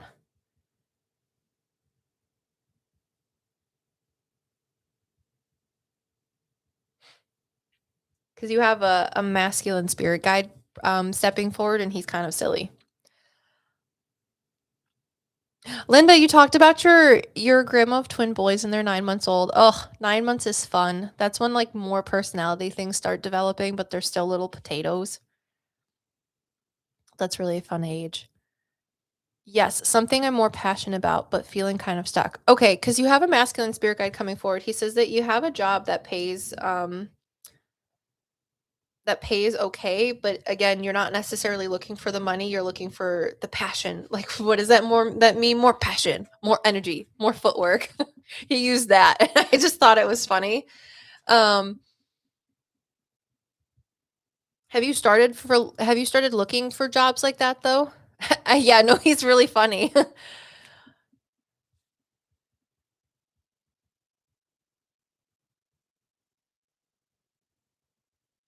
Hello. No, I haven't. Okay. Because he tells me that you have this sort of like what they call like wanderlust for a job and for traveling. He says, but you need to start getting your foot in the door and like searching for things. He's like, because you're never going to find what it is that you're passionate about if you don't start trying new things. He says, it's important to remember that even if you start a new job that you think you're going to really like and you find out that you don't necessarily care for it or it's not the best one for you, that is still one step closer down the path or the journey of leading you to whatever it is that you are passionate about. He says, so you need to start looking for things and making changes because those changes will start opening new doors in front of you that will help lead you to finding what it is that you're more passionate about. I hope that answers your question. I think 2026 is going to be good for everybody. I'm just going to be optimistic now because I can be, right? Yes, Linda says so much fun and smiles galore, sitting up a lot and scooting around on the floor. Yes. Oh, you love the chunky babies. Um, and Jill says, "Yes, that makes sense. I appreciate it." Yes, of course. I appreciate you. And I wish you all of what is it? What is a good thing to say? More than last year and like progress towards your goals. Cuz even little things, even little progress is important. So, it's just Bumblebee. I got that stuck in my brain now. More passion, more energy, more footwork. Your guide, Jill, too, and not that it really matters, but maybe it'll make you laugh. Um, when I answer questions about spirit guides or talk to spirit guides, the way in which I perceive them is not necessarily what they look like, but it's more indicative of who they are and how they help you. It's more symbolic for me. It gives me meaning. So if you ever view your spirit guides differently or to look differently, that's again like why I don't necessarily get names too. Let that take precedence over anything that I say, but sometimes people just get a kick out of it. So this this guide that's talking about your job and that you have the propensity to find what it is that you're passionate about. You just got to start making the steps forward. He looks like Kronk from The Emperor's New Groove, but if Kronk had a twin that was like serious, but also still a little funny because he used the more footwork, the more passion, more energy thing to be silly. So no, LMAO, right? That's amazing. I love that. Okay, good. I'm glad. Excuse me. Let's see. Take another sip. Mm-mm. Thank you for everyone that's been here. We have 23 people watching and 22 likes. If we get 23 likes, that would be cool because then it'll be the same amount as people watching. Okay, Cynthia R or Sin A, are you here?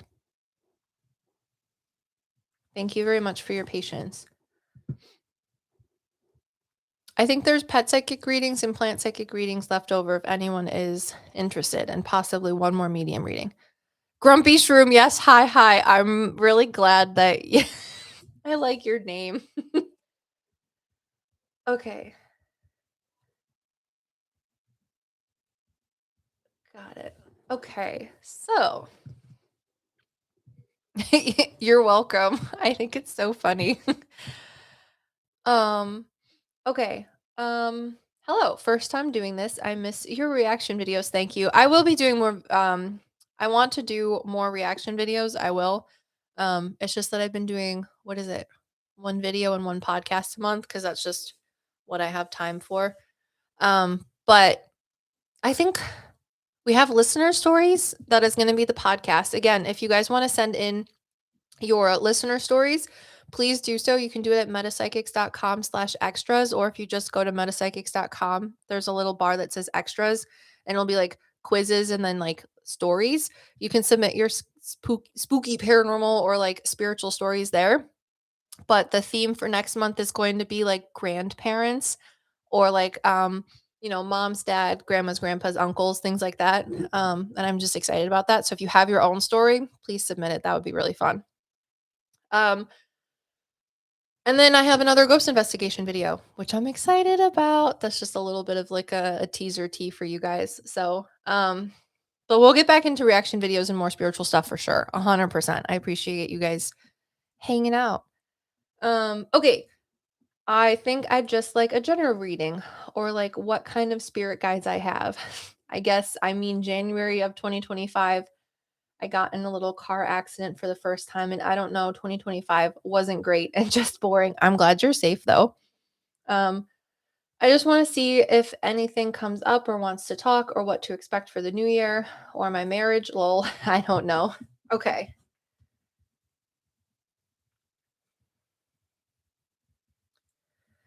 Got it.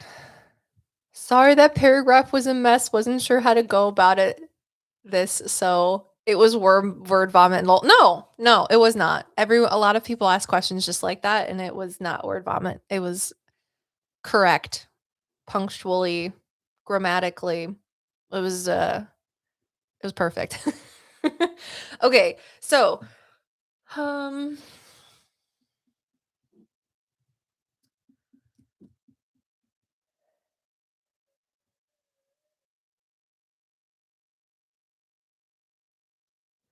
um Cynthia, doing are you in school or are you doing research or are you reading books or something? What's with books or school or learning?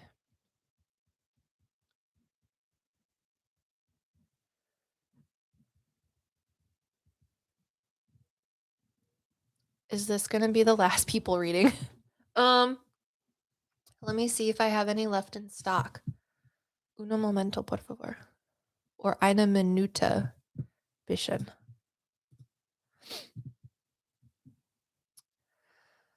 There is one more medium reading, I think, and there's also pet and plant readings available.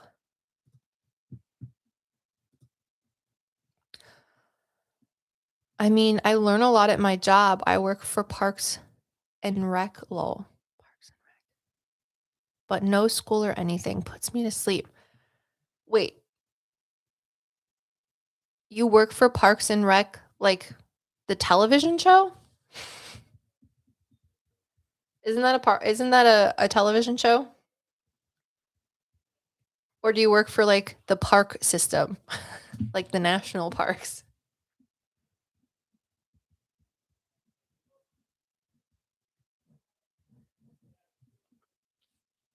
Books put me to sleep.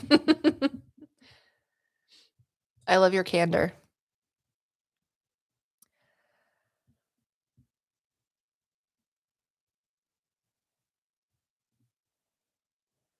Haha, it is, but like a government job. Lol. Okay, got it. So like the National Parks and Recreation. Okay, got it. Because I was like, wait, I'm very confused. um, okay. Mm,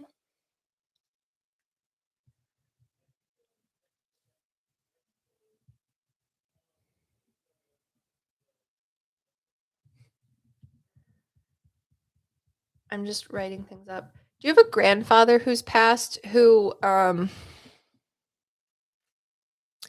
don't think he drank. I think he was pretty straight-laced. I feel like he worked very hard his whole life. I don't know. He might have started as a blue collar worker, but got like a white collar, like desk job that he did pretty good at, even though he never really thought that he would have like a desk job. Um, he's very articulate. He talks not necessarily fast, but he's very like well spoken. And he doesn't necessarily he like cuts to the chase. He doesn't necessarily he says he doesn't talk with like he doesn't bull crap. Do you know who this man might be?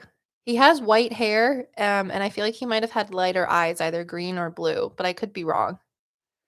but he shows me that he's wearing like slacks and nice shoes, not necessarily dress shoes, but like nice loafers or something. And a nice like button down shirt. So that makes me feel like he might have been someone who worked a white collar job, but he said he never really thought he would get that job when he was younger. Do you know who this man might be?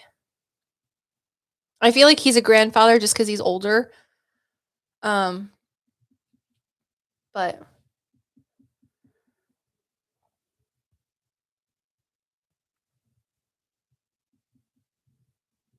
perhaps you know who he is. Hopefully. And if anyone has more questions too about like spiritual things, let them rip. Ones I haven't answered, feel free to just copy and paste them. I'm sorry if I didn't get to all of them.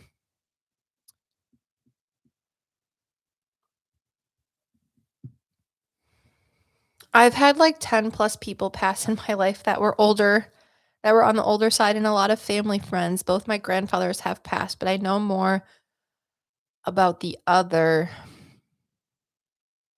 but language barrier. Um, well, a language barrier wouldn't be something that would inhibit this soul from talking to me because when I talk to souls, they don't use words. They use thoughts, images, feelings, and emotions. So even if they spoke a different language, it wouldn't inhibit them from stepping forward. I'm trying to help you figure out who they may be. I feel like they're probably a grandfather. Did your grandfather on your mother's side speak a different language?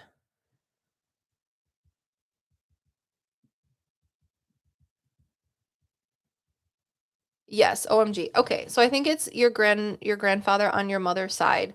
Do you know if he was more like put together, white collar at like the end of his life?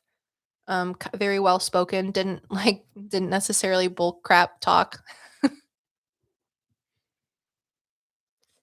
Is that a little consistent? And if so, what is his name? I like to talk to people about their names or use their name, even though they don't, it's not something I necessarily get. I didn't spend a lot of time with him, but he seemed very stoic. Okay, that's all right. Usually, when we haven't necessarily had a good relationship with someone, or they passed when we were really young, or they weren't even alive when we were alive, meaning our lives' paths didn't cross, that person usually has the ability to have more spiritual, like guidance, if you will, physically, because they don't have as much bias, meaning they didn't know us. They wouldn't be able to like because they know and love us, be a little more favoritism or give favoritism to us. So that's a lot of times why people you may not know or that died before you um, are more of like I wouldn't say guardian angels, but like people that look out for you. So the reason I bring him up is because your question, I was asking someone to step forward. I said, okay, who wants to help Synth about oh, Lucy, you purchased a medium reading. Thank you. I appreciate that. That means that maybe all of them are out now. We'll see. So the reason I'm bringing this man up is I was asking who wants to step forward and answer, questions for Cynthia. And do past pets have a hand in sending new pets to us? Yes, they do. So anyways, I'm getting sidetracked here. I was asking who wants to step forward to give you some sort of insight because that's what you're asking for, like old year into new year stuff. And he says that if you want something to change, he says you need to change the stuff that you don't like. He was just very blunt about it. So if you're feeling sort of stuck in your house, if you are able, if you have the means to rearrange your furniture, get some new like utensils, plates, decorations, bedding, a rug, whatever. He says do something to like spruce up the environment that you're living in to match the energy that you sort of want to bring into your life. He says you can do little things at work too, like if you have a cubicle or something, um, spruce that up. And he has blue eyes. He has like lighter colored eyes, but I could be wrong. So they're either blue or green. or like a light brown, but they're not dark.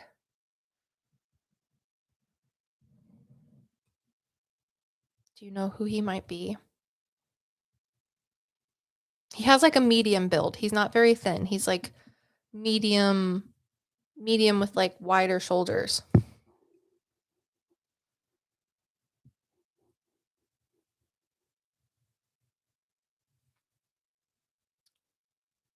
Might be Rod, old family friend, lol. He passed in his house. Okay. Got it. Rod seems like a good name for this guy. He's a very like straight shooter. So, um he just says that there's a lot of things that you can do to improve your outlook on things, and it doesn't have to be big stuff. It can just be little things. Um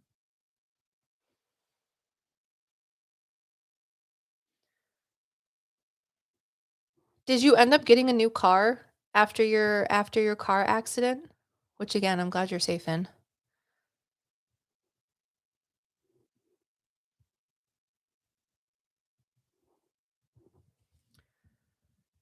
Yes, it's tiny, lol. Okay, because he shows me that you got a new car, but it's tiny. And he says if you want to avoid another accident, he said the accident wasn't necessarily your fault. He said that the time of day and the place that you were driving at just has a lot of people that are not driving safely. He says so avoid that specific place during that time of day if you can. Like change your route, even if it adds like 5 more minutes, so that you don't have to be in that same area again. 'Cause he says it does, like, cross your mind and you're a little worried that it could happen again. And he says just change, like, instead of going directly through that spot, he's like, type into your navigation and see if you can find a route that goes around it, even if it's 5 minutes longer, because that will help you. So, like, it's those little changes that can make big differences. Yes, I'm an anxious girly. I understand. Um My son and I were just in a car accident recently, and I've never been in a car accident, and it wasn't like cars hitting each other. I was driving and a deer actually ran into the side of my car. Like literally like a linebacker into the side of my car. There's no damage on the front of it or the back of it, just the side of it. And now I'm a little nervous about stuff too. He did not we're fine. Everything was okay, and when it happened, he actually said, "Wee." So but, I get it. So I hope that answers your questions. Do you have any, like, more specific questions? I know you asked about marriage, but he's not necessarily talking about marriage. So maybe the the overarching theme of the reading is, like, there are little things that you can do to improve the energy and your outlook, like, you will reflect your environment type of thing, and if you change your environment, then it will change the things around it as well. But if you have one more question before we move on, let me know. Oh, about spirit guides or someone else that can come through maybe. Because you're like, "I don't want this old family friend named Rod." No, I get it. I'm just being, facetious. Um,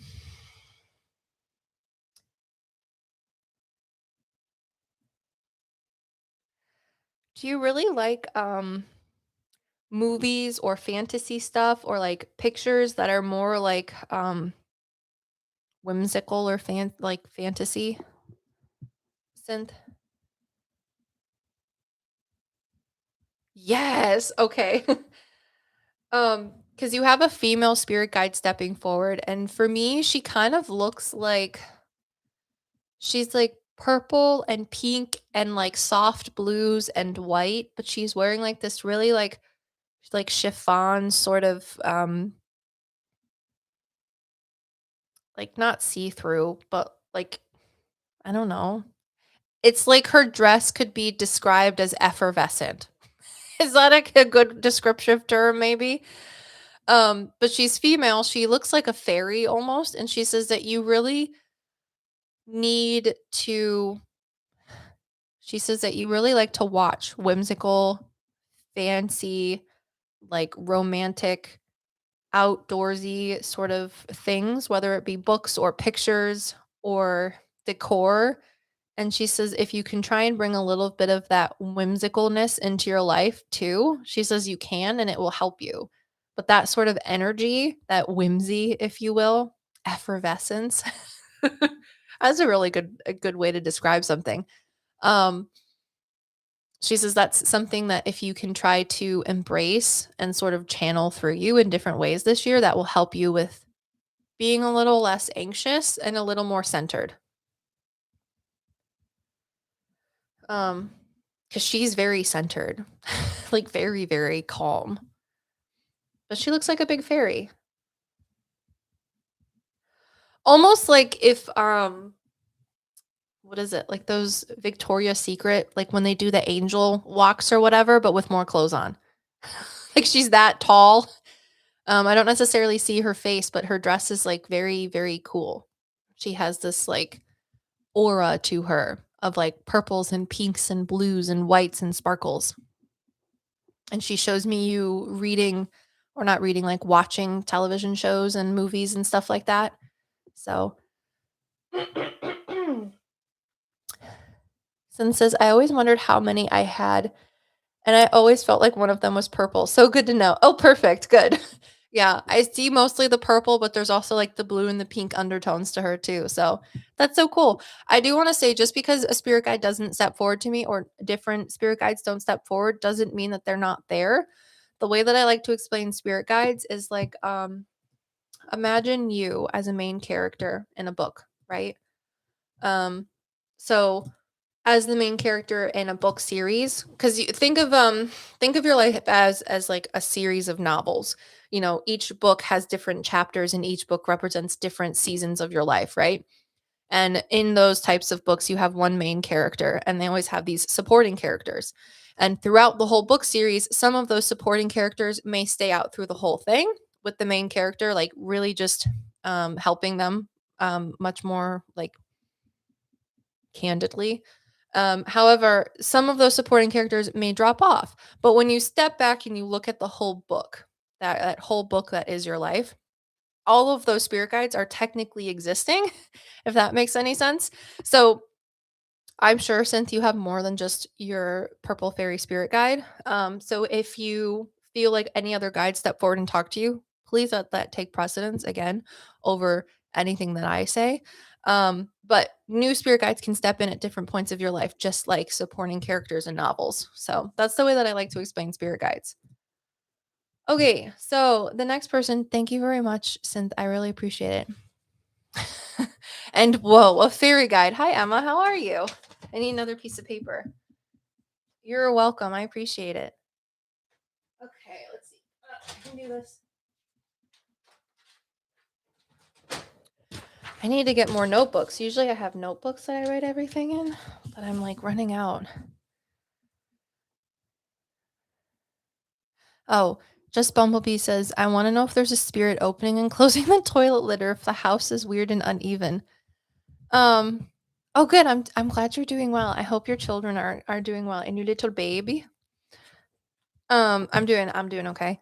Toilet seat lid. Also, Carly P is is um is next. We're going to give you your reading now. So let me know who you are in the comments, pretty please. And then the next person is Gabrielle. So, and I think that's the last of the medium readings. So if you guys want to purchase any plant or pet psychic readings, I'll leave them open until we get through the last reading. And if no one makes any more pet or plant readings, then we'll just end the live stream. But I really appreciate you guys. Okay, Carly's here. Yes, I'm here. Cool, cool, cool. Okay, toilet lid really quick though.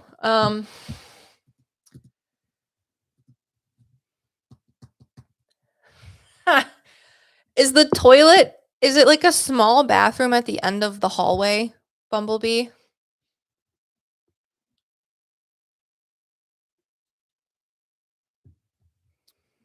And then Carly, I will get straight to your reading, I promise.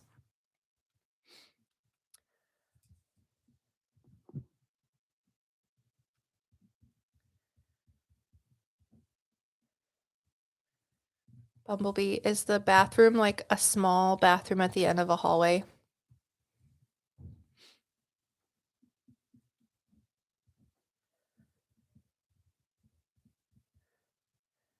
That's the upstairs one. It happens downstairs. Okay. Well, just the fact that I can see one of the bathrooms, I kind of was like, putting my little mediumship hat on and seeing who wanted to talk, and I wasn't really getting anything, and then all of a sudden I had this there was an old man who wasn't necessarily talking, like the soul of an older man. And then all of a sudden, there was like a very quick entrance of a woman, like an older woman who I assume was probably this man's husband or not husband, wife probably. And I got the like clear sentence of they need to put the damn toilet seat down. So I do think that the house is old. However, I think there is an old lady spirit who does not like when the toilet seat is up. And then as soon as I got that information from this cranky old lady, she was gone. Like she's just like, "I'm done. I don't necessarily want to talk to you, but here's your damn answer." So do with that what you will. Carly, thank you for being patient. Carly says, I've never had a reading done before, but I was wondering if my uncle who passed is okay. And I also wanted to know if I'm as sensitive to things in energy as I think I am. Lol. Okay, Carly. Uncle and being sensitive.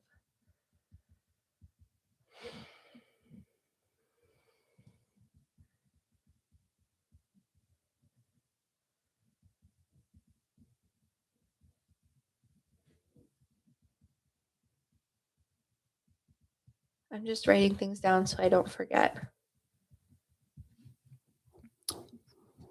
I wonder if it's the witch that lived there. I don't know, but she's cranky, so um so when it comes to your psychic abilities, Carly, um do you sometimes have like flashes in your mind's eye? So which is just like in your head, in your mental envisioning. And do you sometimes see like a flash almost, not like physically, but when you get information that flashes in your mind, it's almost like you can feel it coming from your left eye?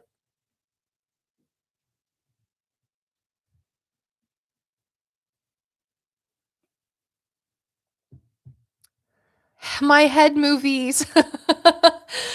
Yes. Okay. Because I feel like right now, and this is different for every medium, but or psychic, but I'll tell you how I perceive things because I think, it could help. And if not, that's okay. Um, it's just when I was reading your question, that's the information I started getting stuff about first. But I feel like when you see things, it's almost like there's like a white, kind of like when a camera flashes and it blinds you a little bit, but it only happens in your left eye, but then you get information, you have the head movies. Um, but I also feel like you are very clairsentient. And when I say clairsentient, I feel like you get a lot of emotions about things, whether those be people or physical objects as well. Is that correct?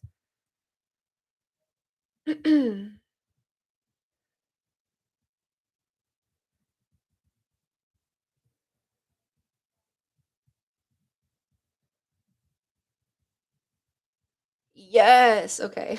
Good. Um, I do have a female spirit guide stepping forward for you as well. And she says that you've had a couple experiences where with clairaudience. Now, clairaudience is when you hear things, and that can be either in your head, like in your own voice, or in someone audience, which is where you hear someone outside of like how you're hearing me now. I don't necessarily experience physical clairaudience. I would say maybe 0.5% of the time that happens, and it's usually when I'm in haunted locations. However, when I'm doing readings and things like this, I would say almost never get physical clairaudience. It's usually just things that I hear in my mind, like the woman saying that she needed Bumblebee to put the damn toilet seat down. Um, but you have a female spirit guide stepping forward saying that clairaudience is something that you also experience. However, it is it is something that scares you. So your guides don't use it very often, even though sometimes you ask about it. It's not necessarily something that you're comfortable with, and it's something that they know you're not comfortable with, so they don't push you. Um So Carly says, "So I'm the type of person who cries because a chair is alone." Oh, I cry at movies. I was watching Kung Fu Panda 2 today with my son and I cried like 3 times. Oh, I wanted to say that too. Since everyone's had like or at least it seems that the majority of the population has had a crappy 2025, just go watch all of the Kung Fu Panda movies. You will find the spiritual nuggets and the comical respite that everyone deserves in that movie and all of the movies. So just go do that. That's your metaphysical homework for your spiritual healing that I'm giving you. Go watch all of the Kung Fu Panda movies. Um, okay, so you are as sensitive as you feel, Carly.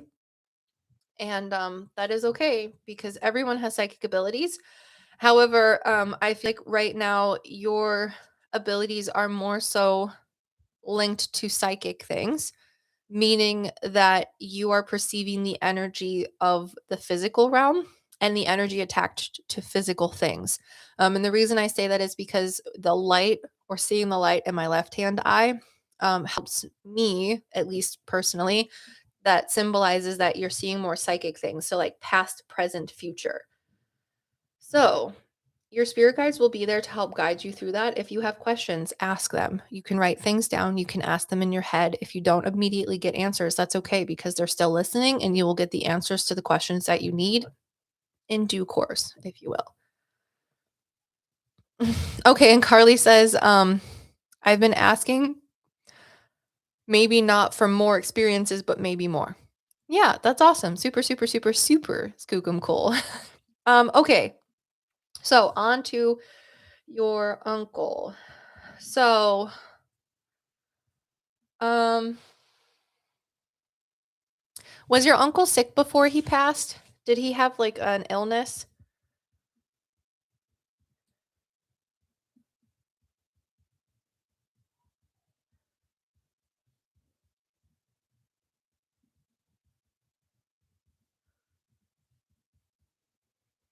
Yes.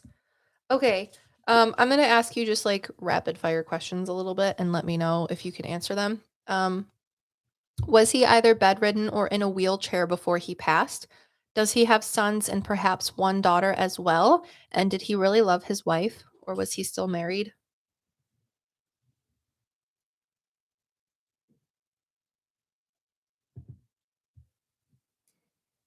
Sorry, all of those things just came in really fast. So,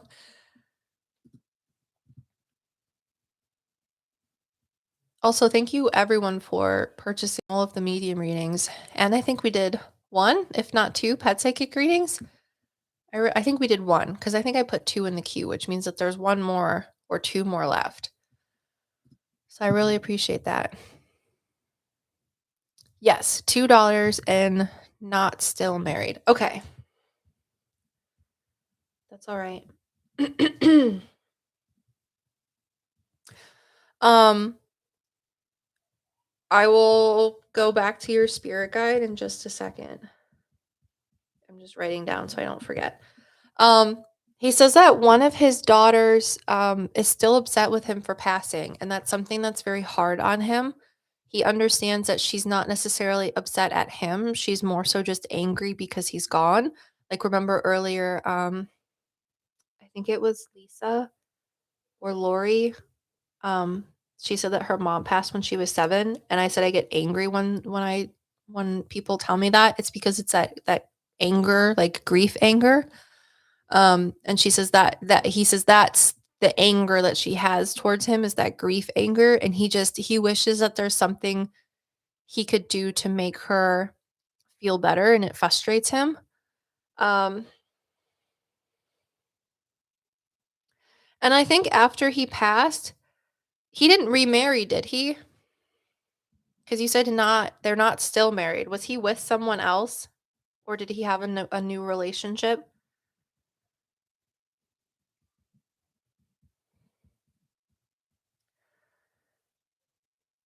His death, we don't really know how it happened. Okay. Yes, a new girlfriend. Okay. Well, sorry, I was just asking him if what I was gonna say was true. Now that he's passed, even though he had problems with his daughter's mom, so his original or his daughter's mom, his first wife or something, even though they had problems that led to their separation, now that he's gone, he almost wishes that he could go back and thank her. Because he has a lot more appreciation for her now, being able to see all of the things that have gone on since his passing and before in a new perspective. And it's not that he doesn't have things for his new girlfriend necessarily, but he more so wants to focus on saying thank you to the wife of or the mother of his children, because it's something that he doesn't think that he really said enough or got the point across before he was gone and before their marriage ended. Um, do you have specific questions about his death, or do you have more specific questions for him? Those are just the rapid fire things that sort of came off the cuff.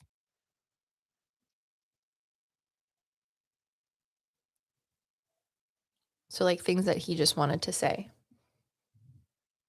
for his own posterity.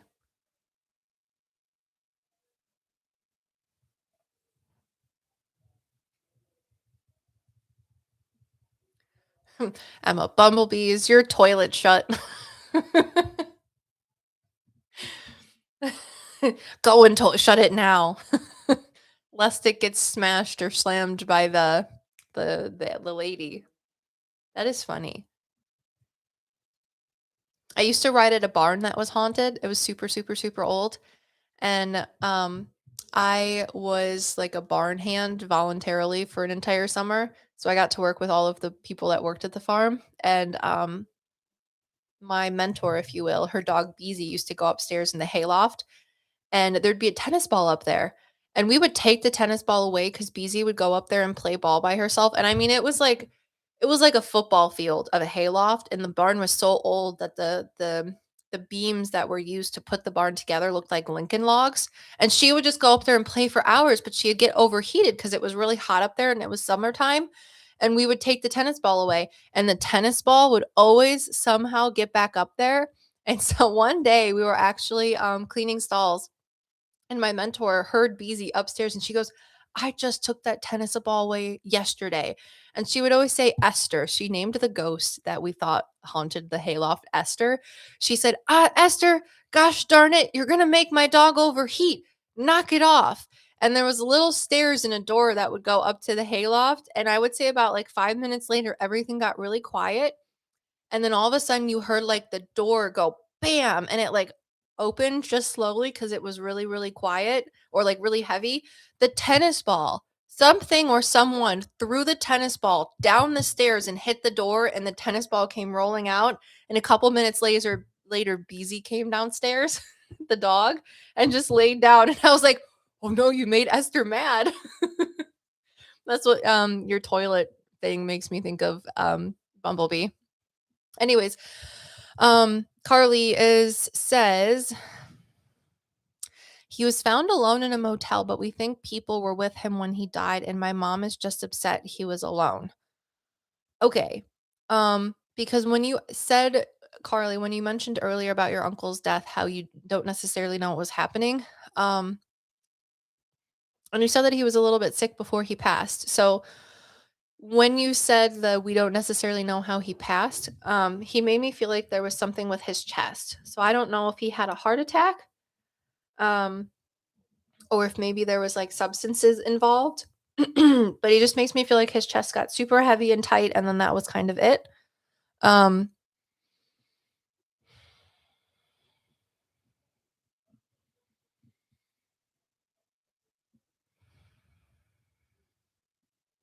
sorry, I'm just asking him about if there were people in the motel with him too. He makes me feel like you guys are correct in that there were people, but he's not necessarily giving me details about these people. So that may just be something that I'm not allowed to know. Also, hi, Holly Ann says, hi, Liv, first time here. Thank you for being here. And then Carly says, he also had a granddaughter that passed Just want to know if she would come forward. Oh. Okay, and then Carly says yes, substance abuse. Okay. So he's not he's like not gonna snitch on the people that were with him, but I do think there was like two, if not three people that were with him before he passed. That's just the general sort of sense or number that he gives me. I feel like they might have been two men and one woman. But again, he doesn't tell me who they might be or if you guys might know them. Sorry. Um, and then he had a granddaughter. Was she 2 or 3 when she passed? Garly, he never snitched. Yeah, like he's trying to appease you by giving you like the information that you kind of want, but he's not, yeah. I'm glad that is I just that I'm glad that's consistent with who he is. Was his granddaughter young? Was she like 2 or 3 or was she a baby?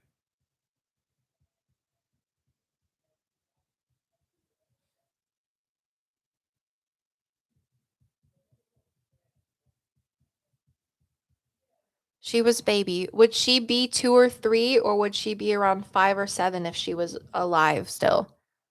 Yes, that's Stan. Stan the man.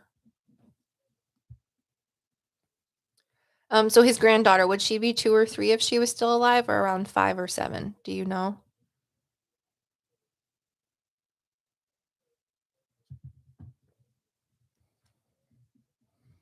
I know, I'm so sorry.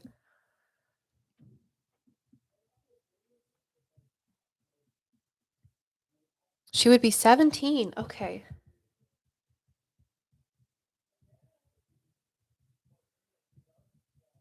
Has there been any new babies born into the family? Has there been like has there been like a baby boy that was born recently?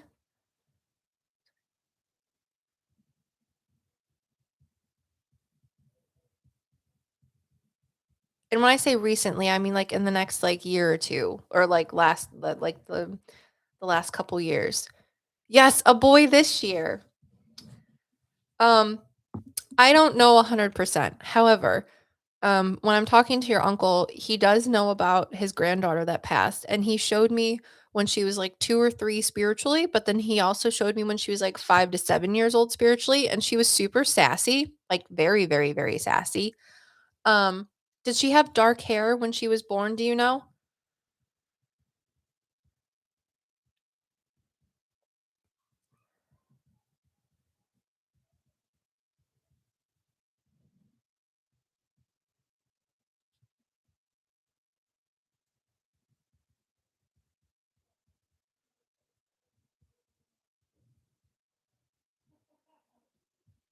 Did she have dark hair when she was born? It was lighter, not really dark. Okay. Do her parents have darker hair?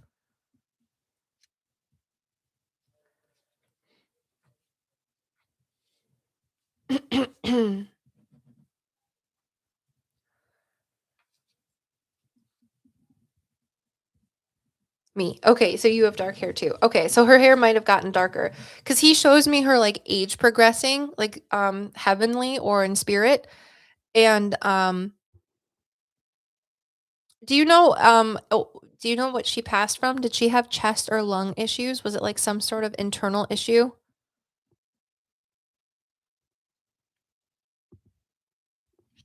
Carly, do you know if she passed from like an internal or chest or lung issue?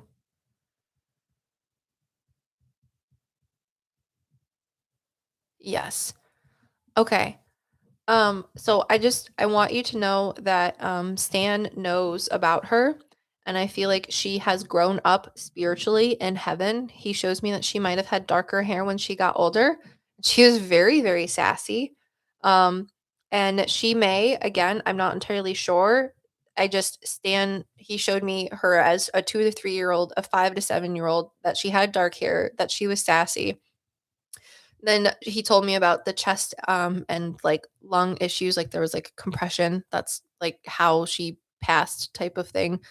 Um, and then he says that there was a baby boy that was born recently, and I feel like that could be her as like a reincarnation into the family. And that was just the progression of things. That's why I was asking you all of those questions, just to try and verify that possibly we're talking correctly to them. Hence, that also would be why she didn't step forward, because now she's doing something else, like her soul is.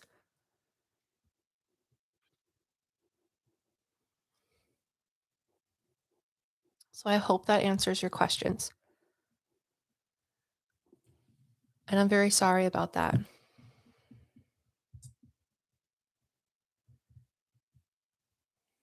Yes, I hope. Me too. That would be really cool. It's not the first time a baby has been lost, but has incarnated at a different time. So, okay. Thank you very much, Carly. I appreciate you making a reading. We're going to move on to the next person. And good luck on your psychic development. I'm sure it'll go fine.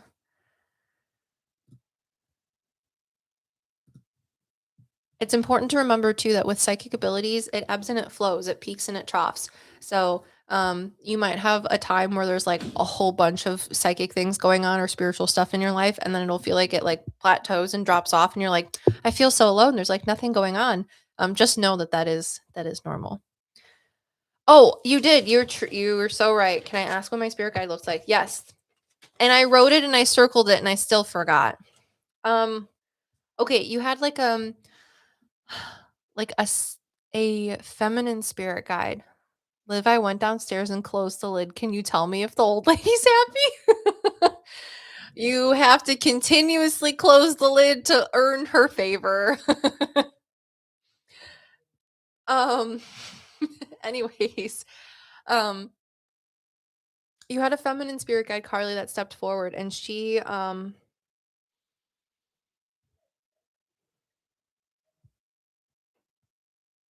so I'm just asking her to show me what she looks like, or what could be like what's more symbolic of what she looks like. She looks like she has like red, almost like bright auburn hair, but it's straight and it's very close to her head. She almost kind of looks like, is that, I don't have my phone with me. I keep losing my phone everywhere.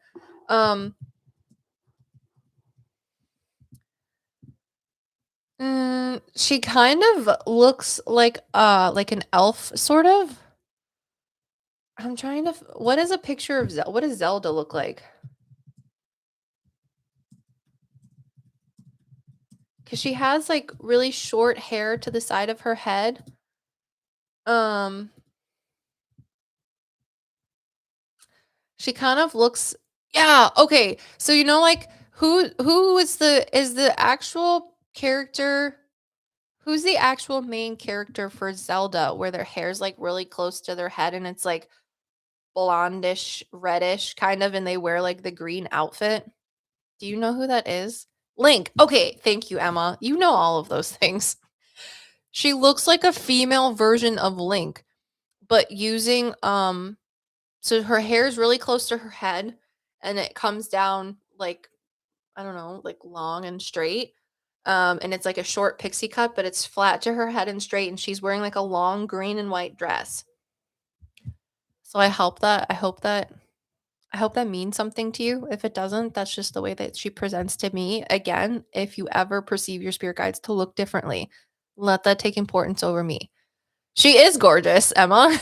Emma says, "Oh, she's gorgeous." So, yeah. Um okay, let's see.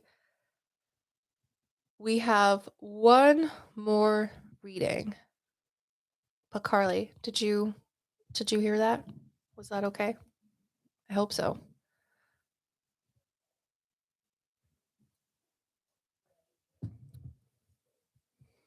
Okay. While we wait. And she's the one that is helping you to feel less scared about clairaudience, or at least knows that you are. Thank you so much. I love all your videos and vibe. No, I really appreciate that. I try to be positive. I do. And, paranormal things don't always have to be scary. Especially with like my type of mediumship. I feel like my mediumship is very like human centric to like people and just human things in and of itself. So if you're looking for more like whimsical things, I try to learn about those things, but it's not necessarily my go-to when it comes to things. So Emma says, B, I have a spirit who will knock stuff off my desk, and most recently, my beauty blender on the sink when my husband's being irritating, and I go see. Goodness. Okay, Gabby, Gabby V, are you here? Thank you so much for waiting. This is our last reading of the night if no one wants to purchase a plant or pet psychic reading. Lucy Lou present. Oh, very cute. Your actual name is very pretty because I can see it. But I like your Lucy Lou too. That's adorable. Okay, so Gabby says, a while ago I had a very vivid dream and it still sticks with me as if Eric was trying to tell me something. Um, he died sadly, falling off a roof working construction on Valentine's Day. We had spoken for a bit prior and he apologized. Why was he reaching out? Hang on. Okay.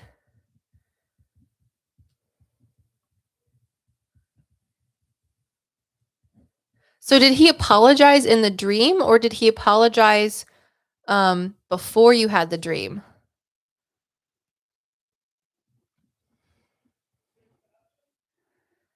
Okay, that's how I read it and I just wanted to make sure that was right. Um okay.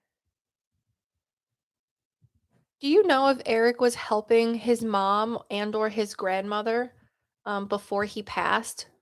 Do you know if he was involved in like the care or the financial aid of his mother and or grandmother? Oh, thank you, Holly. Happy holidays.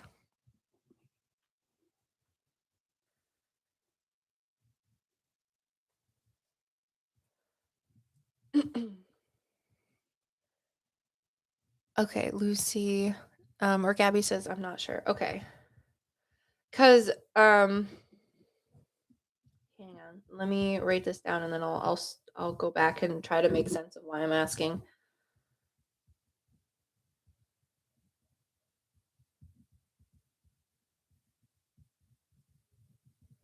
Um,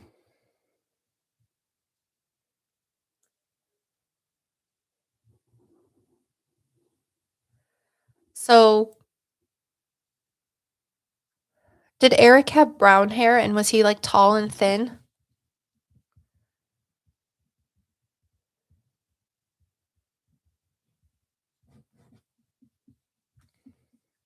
Gabby?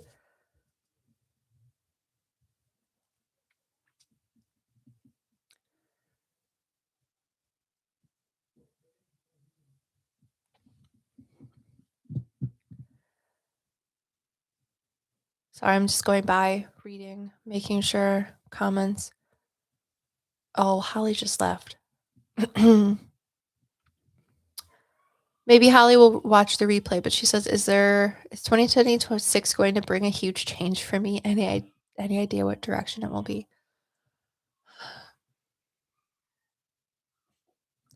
If Holly rewatches this, I feel like there will be a change in your life that is very dramatic. It's big, it's bold, and I feel like it might not feel like it's for the better. It might almost feel like it's terrible and not exactly or anything at all what you need, but it's almost like it's the darkness before the light.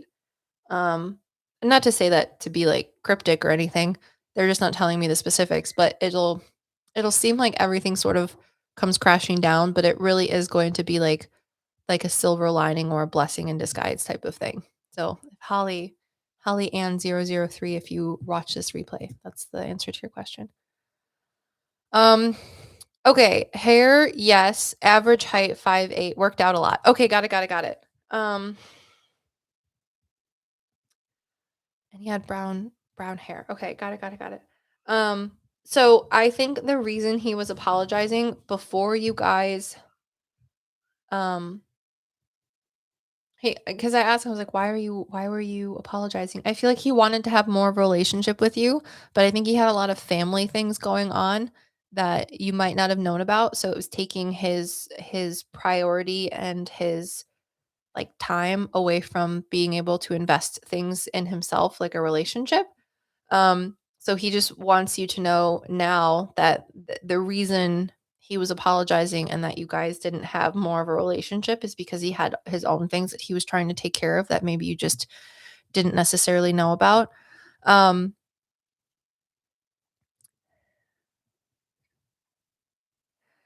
Um, Lucy says, Eric is my ex, and it took a while to accept what transpired between us. So before he died, he apologized.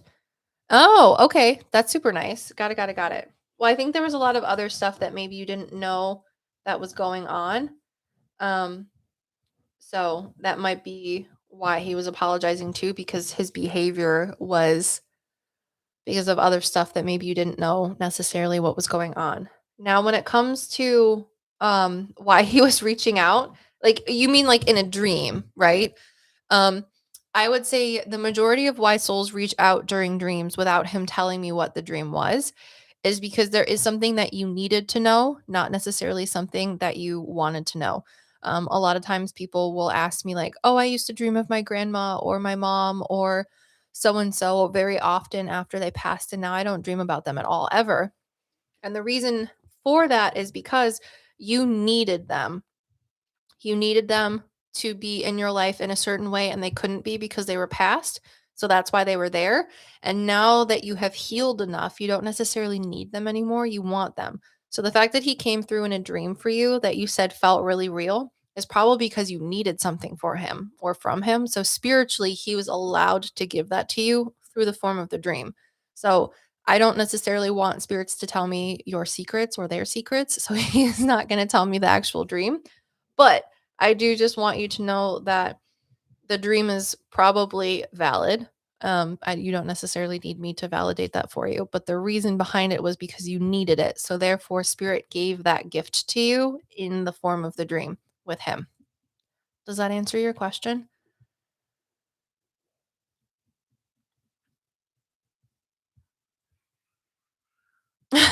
Emma, you're so kind.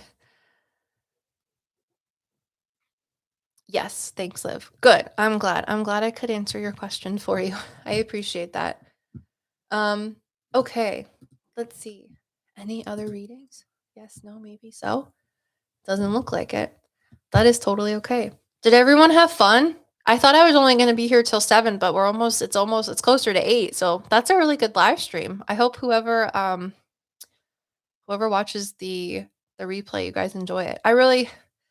I do like making podcasts and videos, but this is really what I like doing. I really love doing readings for people and getting to meet you guys, whether it's through the chat or um, in private readings. So I really appreciate it. Thank you for helping me do what I love to do. And I do see, Gabby, could I get insight on my spirit guides? Yes, you can. Let me do that. Oh, Star Kiss, thank you. She says, I enjoyed while listening while wrapping presents. I appreciate that. I'm happy that someone's just like wrapping presents and listening to things. That's really kind. I appreciate that. When people like send videos where they're like watching videos on television with like my face on the TV, that's so surreal to me. I also I'll never get used to that. And I think it's crazy. So okay. Gabrielle, spirit guides. Um Jay Yar. um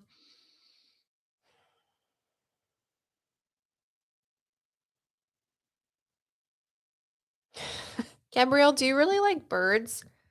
Or do like hawks or birds of prey mean anything to you? Do you like eagles, hawks, maybe crows, things like that?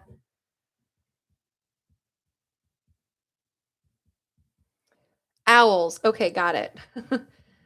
So I think you have a different spirit guide that is more related to owls who's feminine. For whatever reason, I usually talk to male souls or spiritual beings a little bit easier, but I think you have two. So one of them is a feminine owl. Um, She is sorry, your other guide is annoying. Let me talk about the boy one first because he's um silly. Hi, Felicia. Um, so you have one other spirit guide too that also is associated to like birds of prey.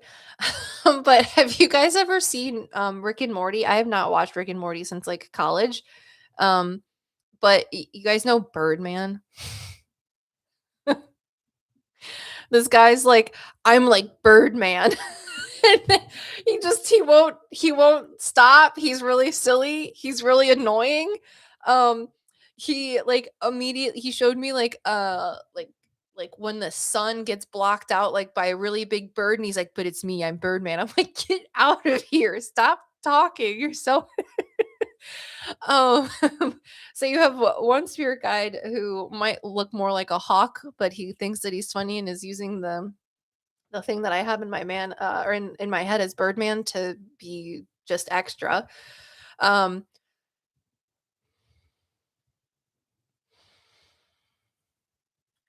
and then the other one is more feminine. She looks more like an owl, but she's very quiet. Um, your Birdman guy, he says that he helps you with like storytelling. I don't know if you have like really good memory where you can retell stories or you're just more like some people are good at reading and some people are good at audiobooks. I feel like you're more of a verbal person when it comes to recollection and processing information than like a visual person. He says that's one of the things that he helps you with or helps guide you in. For example, like if you lived in the olden days, before written language, you would have been one of those people that like could recite old stories and tell them to and like pass them down. Um, and this your owl guide is a lot more quiet. She's a little bit harder for me to talk to. Um, Gabby says I play Dungeons and Dragons a lot, lol. And ha, a good memory as a child too. Okay, good, good, good, good, good. Yeah, he's just very extra. He's very funny. Um,